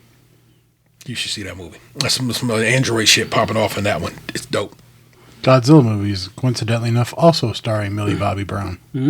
Oddly enough, Monarch: Legacy of Monsters. I had never finished it. Finally went back, finished the last 3 episodes. That show was already good, and it wrapped up great. And I was like, I don't know if we're going to get more of it, but if not, I'm like, that all, because the new King Kong Godzilla comes out this year, and all that's in the same. Comes out next week. Yeah. Fuck, really? Yeah. God, that's fast. That's all in the same universe, multiverse. I'm saying so. That is a good time, and I very much enjoyed that show. So, and then I just happened to notice some guys, a Blind Wave, some reaction channel I watch, happened to be reviewing it. I was like, oh, so I get to go back and watch them get down. And I watched X-Men '97. Only the first 2 episodes are up on Disney Plus right now. Bruh, that shit is good as fuck. We have been so inundated with Avengers over the last multiple years. I think we all forgot how dope X-Men are as a concept and a clique, and that shit is real good. And the animation is no longer 2D hand drawn, but it is made to look like it is, and it looks so good. That shit 4K as fuck and pretty as shit.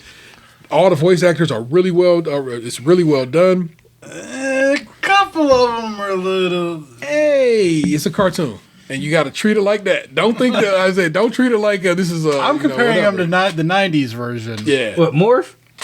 I didn't like Logan. Okay. And I think that's the same actor, which is crazy. I just think he old. So I think that's what that is. And yeah, he ain't quite long in the tooth, bub. I don't think he's quite.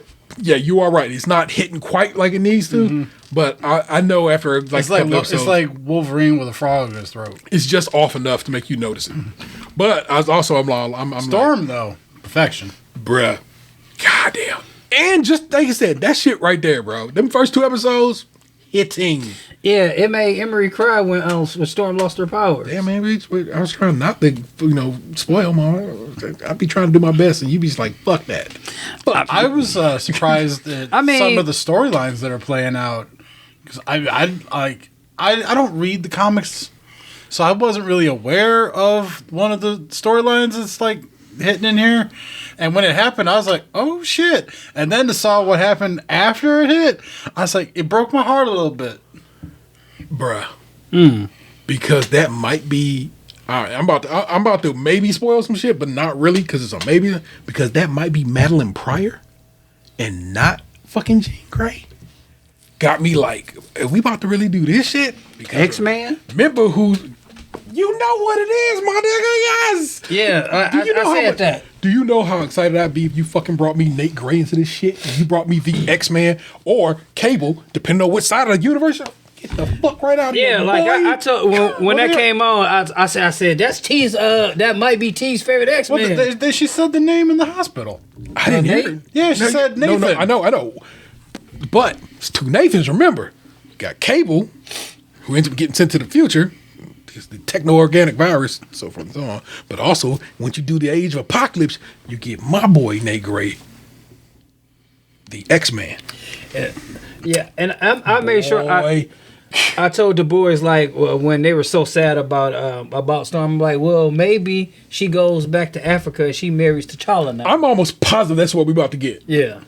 Because it seemed like, okay, because, like, we Disney and we got it all now. So I got the feeling we about to just, that's exactly what I think about to happen. And also, I think she'll end up, like, relearning her power and stuff like that. Or, she'll get healed in Wakanda because, I'll just drink a monster. Not reading anything, listening to. My man Fowler hit me up and was like, yo, listen to this. 1999 Right the Future is a production collective, and they dropped an album called Hella. And it's about 24 songs, about an hour long, way longer than most music gets put out these days. And it's just like, it is pretty much just like a mixtape, if you will. But it's a bunch of American rappers, it's a bunch of Korean rappers, it's a bunch of everything, and it is amazing. You should probably give Hella a listen. 1999 Right the Future is the name of the collective, and it's basically like a mixtape, but it's really, really, really good. Like, way better than it should have any right to be, man. Thanks, Fowler, for suggesting that to me. I finally, after a very long time, started Spider-Man 2 officially today. I put it in the PlayStation the other day, but I actually sat and started playing it this morning. God damn, that game good. Yeah, that game good as shit. I didn't finish the first one. I'm just in a weird place right now, and I'm probably not gonna be playing no games for a while. So, well, like I said, I had been trying to figure out what I was gonna do, games wise, and I was just like, that shit. Yeah, that is everything you want from one of them PlayStation games, man. It is like, okay, you are certainly correct here. And podcast wise, I went so far as to sign up for Apple Music. They gave me 3 months free, so I didn't really have to sign up for it. And because I noticed that De La Soul has a show on Apple Music called AOI Radio. Oh, okay. And they had an interview with Dave Chappelle. And despite how angry Dave Chappelle makes me with his stand-up, I love Dave Chappelle as a person. He's like such a good speaker, you know what I'm saying, when he's discussing things. And he's a fucking hip-hop historian par excellence. Like, he knows his shit. And so him kicking it with De La Soul, talking about just his time in hip-hop, explaining how saying all good things in his career has come shortly after he kicked it with them. Mm-hmm. And so forth and so on, talking about talking about his experience with Dave Jolicoeur, plug 2 of De La Soul, who passed away, and just it was a really, really, really good podcast to listen to, and I really, really enjoyed it. And I wish I could love Dave Chappelle like that all the time, but that's not the Dave Chappelle I get all the time. But that was really, really, really amazing to hear him sit down, chop it up. This was Dave Chappelle was explaining that how he basically holds it down in Ohio now, and talks about his wife. It's just such a good interview. It's such a good discussion, and I really, really enjoyed it. So if you have Apple Music, or say they tell you that they'll give you 3 months free, take advantage, get them 3 months for free like I did, and go check out Artificial Intelligence Radio with De La Soul featuring Dave Chappelle. It was a really, really good listen, y'all. Promise you that. The rest of you, what are you doing in the realm of entertainment this week? Listening to, writing, reading, playing. What are you doing? Well, playing Call of Duty. Most times not successfully. How close do you come? I edge max. No, it depends. Like, we have some matches where we finish second. You know, some, like, we're in the top 10 a lot. What frustrates you more? Top, like, last two standing, or like what frustrates just outside me of top 10 personally is that a lot of times I end up being the one dying on the team. Like, I feel like I'm not holding up my end of the bargain because I lose gunfights more than I think I should for the team's success, right? So I need to get better at that. But, you know, maybe if I played more, but it's also hard to play more when I have other shit going on. And it's hard to coordinate with other grown men, who some of which have wives and kids and shit. Yeah. So it's a process. I finished season 2 of Halo. I heard the last episode was ended really well. People were like talking about it on the internet. So I was reading people on the internet, like, yeah, that last I episode. like the show in general. I know it's not an exact replication of the story from the video game. Yeah. It's almost a reimagining of sorts with, like... It's an adaptation. Yeah. Yeah. And I think people, if they looked at it like that, rather than like, that's not the way it happened in the video, like, it would be a lot more enjoyable.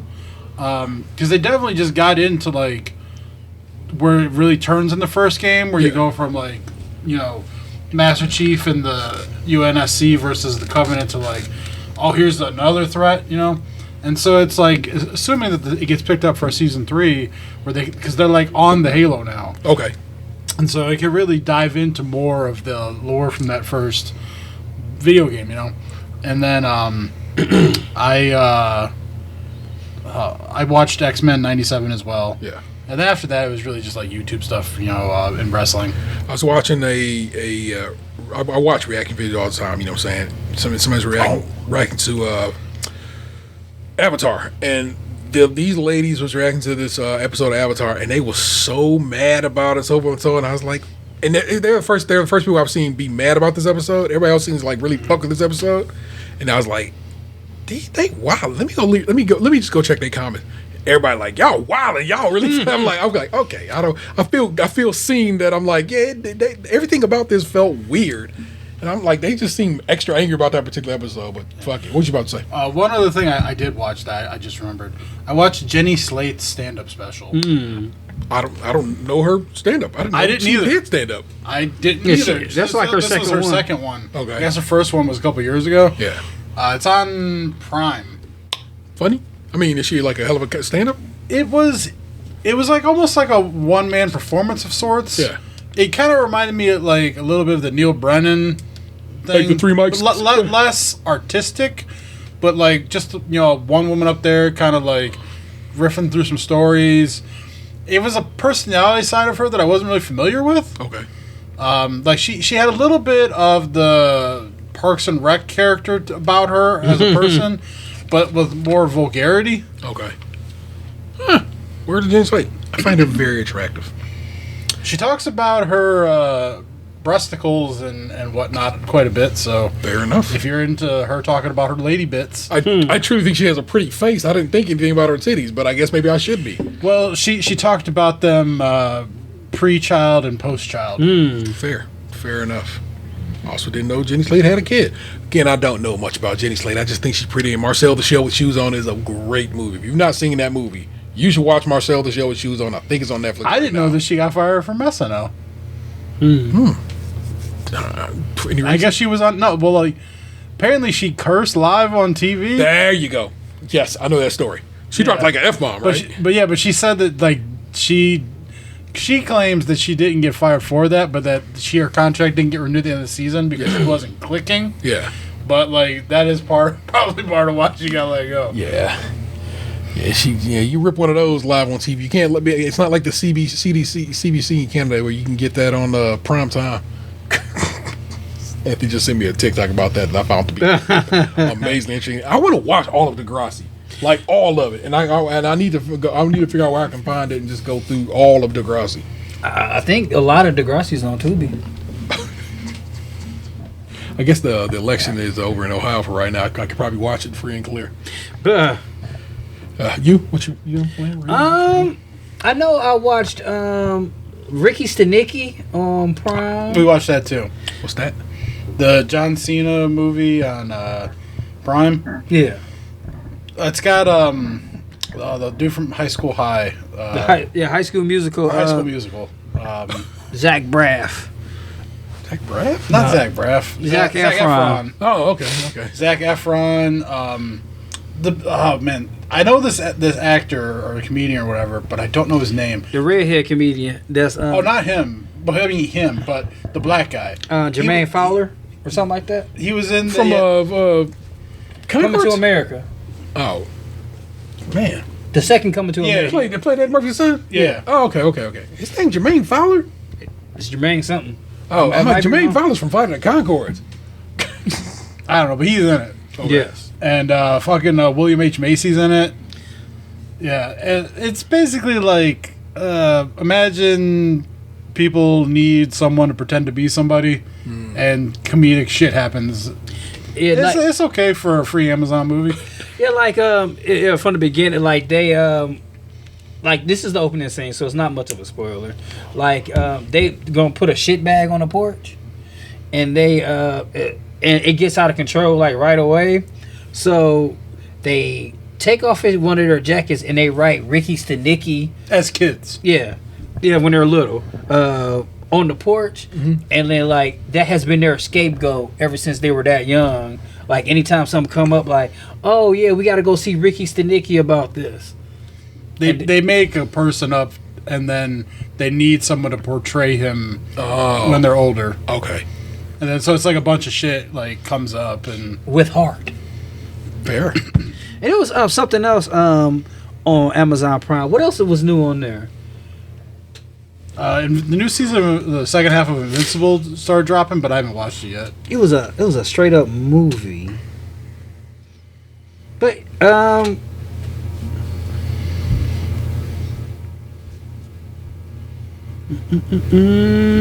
oh shit, Roadhouse. That's what I watched. Oh yeah. You tell with Jake Gyllenhaal.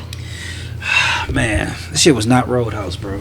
Fair. That shit was like Roadhouse is one of those movies where it's like either you love it, you hate it, or you haven't seen it. Like I fucking love Roadhouse, and this movie ain't Roadhouse, man. Like just remember how I was upset on The Last of Us, how they kind of made Ellie look like a buffoon. Yes. And sort of the same thing. In the original Roadhouse, like this dude was the classiest fucking bouncer. Like that was the whole point. Like he never lost his cool. He always did things the right way. He had a code. And like all the other bouncers, like seeing him doing shit was like, oh, this motherfucker legit. Like whatever they did, he had an answer for it. Like, and like I said, this motherfucker killing people for no reason. Like this, like it just wasn't it was cool at parts, but it just wasn't a good movie. Fair. So you young sir, watching, reading, playing. So, Thrift stores, you can find countless amounts of entertainment that you would never expect yourself to find. So I was in a Savers with my buddies a couple weeks ago, and we were looking around, and we were looking at the electronics, and I spot with my eye a copy of Madden 18 for about $4. So I said, you know what? Still overpriced. I open it up. I look at the disc. I'm like, this is in really good condition.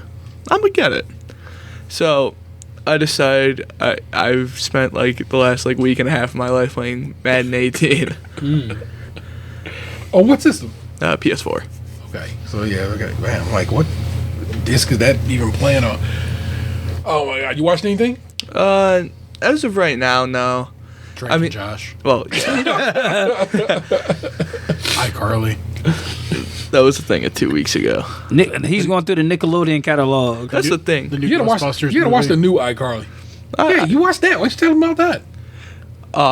And the thing about Nickelodeon shows is there's a lot of things, even though it's targeted for kids, kids won't really understand it. Yeah, they have jokes that are definitely written for a more discriminating audience member. Like I remember this episode of iCarly where like Carly and the gang were trying to have Spencer make friends his own age, and one of the questions came up about what happened to his book club friends, and then they said they ditched him because he had lit a box of books on fire, and they asked what book it was, and then they said Fahrenheit 451. And me reading that book in high school, I thought that was fucking hilarious. It's levels to this shit, people. I thought that was hilarious. Like if you showed that to me when I was like 10, I wouldn't have understood it. Yeah. But like since I actually read the book, I thought that was hilarious. Thank you, Dan Snyder. No, sir. I actually just got a coupon from Savers for discount. There you go. I will say the modern youth always comes up with informal music genre names. Like me and my buddies have recently got into this informal genre known as white girl music. Which What is the top of that ladder? Taylor Swift. Yeah, it's the top of that ladder. Like As she should be. if you're out and about with the boys, you know, you gotta bump white girl music. That's just a mood for everything. We don't know why, it just is. And we just all get down with it universally. I fuck with it. You like it, I love it. So that's what's going down. Oh my gosh. Well, there you go, people. You've been entertained. So, I mean, and now you know what we've been entertained by, and we've shared that with you. So that's a good time. But you know what, housekeeping. So please rate, review, subscribe, and share the show wherever possible. It's supposed to just go to YouTube, and Spotify has some stars, and of course Apple Podcasts. Be real chill if you did that for us. If you want to support the show financially, got a few bucks tossed away. Join us over on Patreon. Members at the $5 tier get extra content each month and early access to new shows. And we redid some of the retries just this very night. So then there's stuff coming your way sooner than later. We also have merch over it. I'm wearing merch right now over at tpublic.com/users/StageCrunchyMilk, all one word, and feel free to give us a call 216-264-6311. That's 216-264-6311. We certainly love to hear from you, and hear from you this week we have. It's an all Carrie feedback week, y'all. My man's Carrie hit us up on the Spotify Q&A, and the Q&A I asked in relation to episode 530 was toes or bum, and why? Toes or bum? And so, because I had to word it that way, because Spotify do get a little touchy, you get a little too robust in your conversation. And Carrie wrote on there, he said, both, and mind your business. That's why. That's why. Because I said so. But seriously, from I admire the female form, from afro to toe, and all points in between. And shout out to hunching. I told y'all they called it hunching down south. That dry humping was called Hunching with all our clothes on until we felt excited. But he also hit us up on the message. So let me jump into Google Voice right quick. And he wrote us a couple of messages. Several. That's too much. A couple. A smorgasbord of responses. What up, fellas? How's life? It's Carrie. Just want to drop a line and check in. Listen to the latest episode, 530, Thick Necromancer. And this is a safe space, right?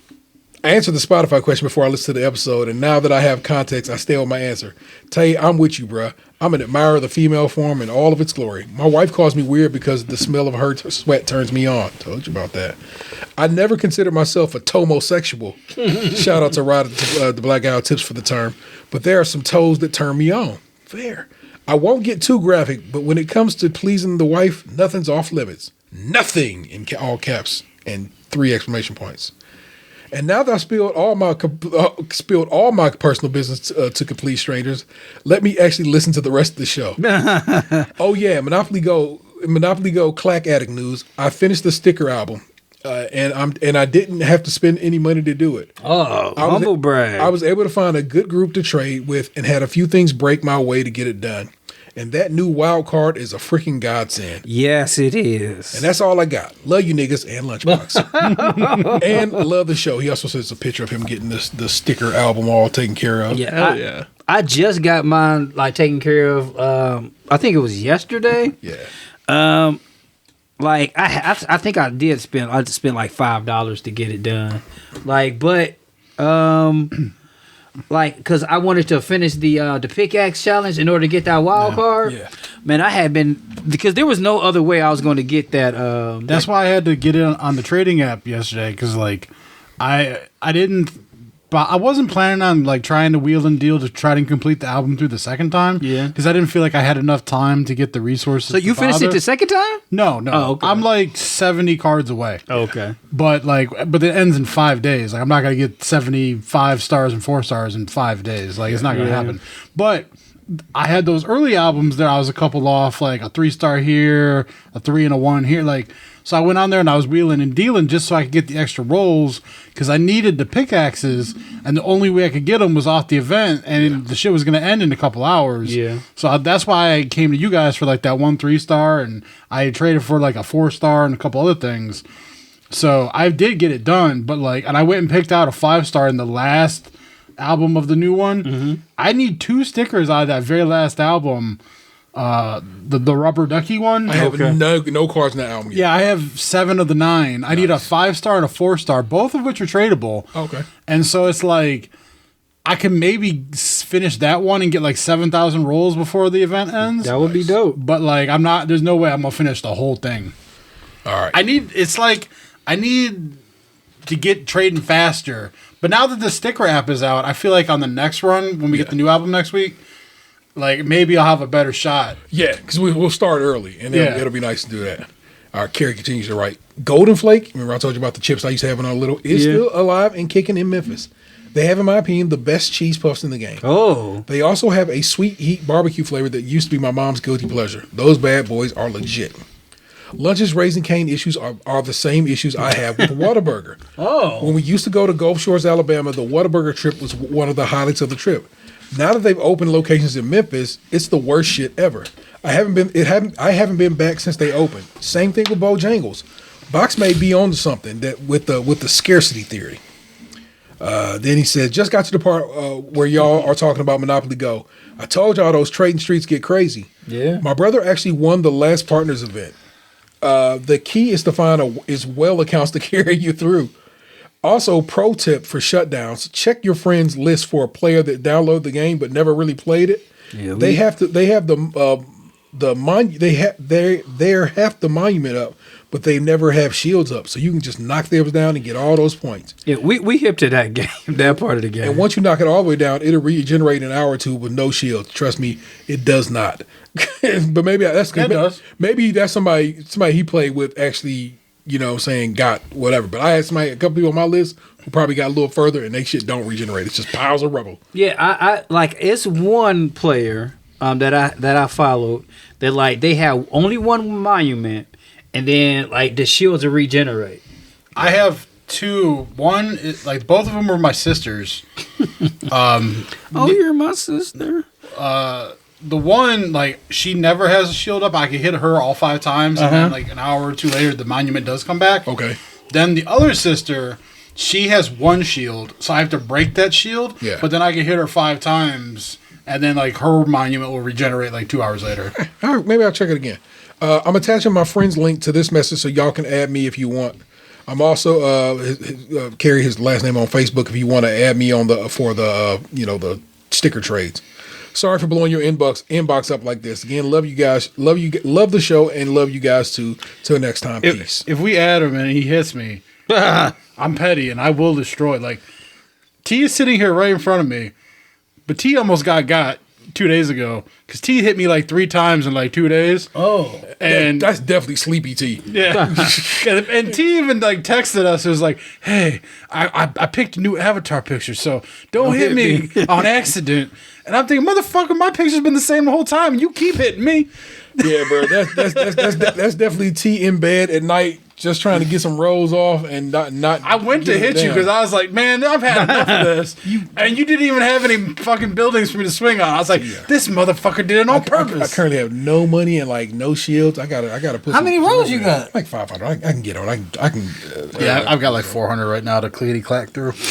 I will send y'all. I will copy paste my man's link, so y'all, if y'all are so inclined to add him, you can. Yeah, if I be your friend, I will try my best not to hit you. I try not to. And like I don't have a lot of friends on there. I got like you guys and like 4 other people. So yeah, I started removing the people that I made trades with. Yeah, same. Because I had somebody I made trade with who just decided they about to try to fuck up all my shit, and I was like, that's not what this party is, my guy. Oh man, I delete them immediately after. There are people though who I've made trades with that'll hit me. Yeah. And then I'll swing back and I'll notice they don't have a shield. Then I will fuck their shit up to the point where they have nothing, and then I will remove them as a friend. Yeah. Yeah, I was telling my partner the other day, like, you got way too many friends. I don't know if that's a good strategy or a bad strategy at this point, though. That link actually didn't work like I wanted it to. Here, maybe We crushed the partner event this last time, though. Like, yeah. But let me tell you, I had somebody that I was like, hey, let me give you a chance, stranger. But I see you, I see you enough in the game, and the game said you played it recently within an hour. So I was like, you must be on the game enough that I can trust you. Where I had to do almost all of that myself, and because of just the way the thing's been rolling, I got, saying, y'all traded me some stuff and stuff. I had enough rolls that basically I carried the day for that dude, and then all of a sudden he showed up. And he got us the rest of the way, and I was like, and I don't know, she got the rest of the way. Like me and you were about even, yeah. And then my one buddy did 99% of it because he had people carrying him on the other ones. Yeah, he's also got like 23,000. He's like the second person on my leaderboard. Yeah, and so he basically did all of ours, which I've partnered with him every time. Yeah, and we usually get our shit done within the first 2 days because he's on it. Yeah, and so I decided to I was gonna let him grind it out because the issue I was running into these last couple was finishing you guys, and so I decided to focus on getting it done with you guys before I went back to him, and he just did basically the whole thing. So I did almost our entire thing. See, this is the thing though. What's crazy is, and T mentioned this, almost everyone I had with you, they all no matter how much money I put in, always gave me the lowest one for you. Yeah. But with T, I knocked ours. We knocked ours out within a day or two. Yeah, because I kept getting 5,000s, kept getting thousands on him, kept getting rolls. You know what I'm saying? So and rolls is back and forth between us. The game was shit though. They Tim Hortons your ass for real. It went bad. Super quick with me and T. Within the I think the first day we only had one level to go. Yeah. And he's giving me rolls and stuff, and I'm going back to you, and I'm like, nah, you ain't getting that. You ain't getting that. You ain't getting that. It worked out that I completed my album during the event. Yeah. So I ended up with 20,000 rolls to where I just was able to grind it out. And because I completed the whole event. Yeah. In 2.5 days. Yeah. There was almost 3 days left in that thing, and I was done. Yeah. And they brought back the what was it? They brought back the free rolls on that. They changed the game back to where it was. Yeah. And yeah. Another thing I feel like they do, when you're friends with somebody, you don't get that sticker. I feel cause one of our coworkers hit me up hey, do you have this? And then we were comparing. I'm like, we're missing all the exact same ones. Some ain't G'ing off here. Yeah. Mm-hmm. I feel you need to have an outsider who's not friends with you in order to get some of the stickers that you're missing. Because they want you to do the social aspect on Facebook. Yeah. Really that's why that sticker app that I showed you guys has been so good. I've gotten so much shit off, and then they keep updating it. So now it's you can get the free rolls off there because they compile all the links and everything. Yes, that is nice. The one they hit the other day was here, 175 rolls. I was like, what? So I was just hell yeah, let me get all those. So that shit is great, y'all. Carrie, man, thanks for checking us. I just tried to use the link to get your thing. It did not work, but so I don't know. We'll figure it out, man. Yeah. We'll get you friended and get you clickety clacking with us. You know what I'm saying? That way, for the next partner event, we can all team up and get it in. Yeah. Hit us up on Instagram if you got it. Yeah. You know what I'm saying? Yeah. You put the link in the group chat over there now, and we all have access to it. Yeah. So worry not. Little man Tate, Young Joe, the gods. Thank you Mighty so Joe much. Young. Thank you for kicking it with us. And so it's such a pleasure to have you get down with the Get Down. It's my pleasure to be here. Thank you so very much. You know what I'm saying? You got anything out these streets you want the world to know about? You know what I'm saying? You want them on your Instagram or whatever? You got a photo page or anything? Not yet. I haven't sold out that. I haven't sold out yet.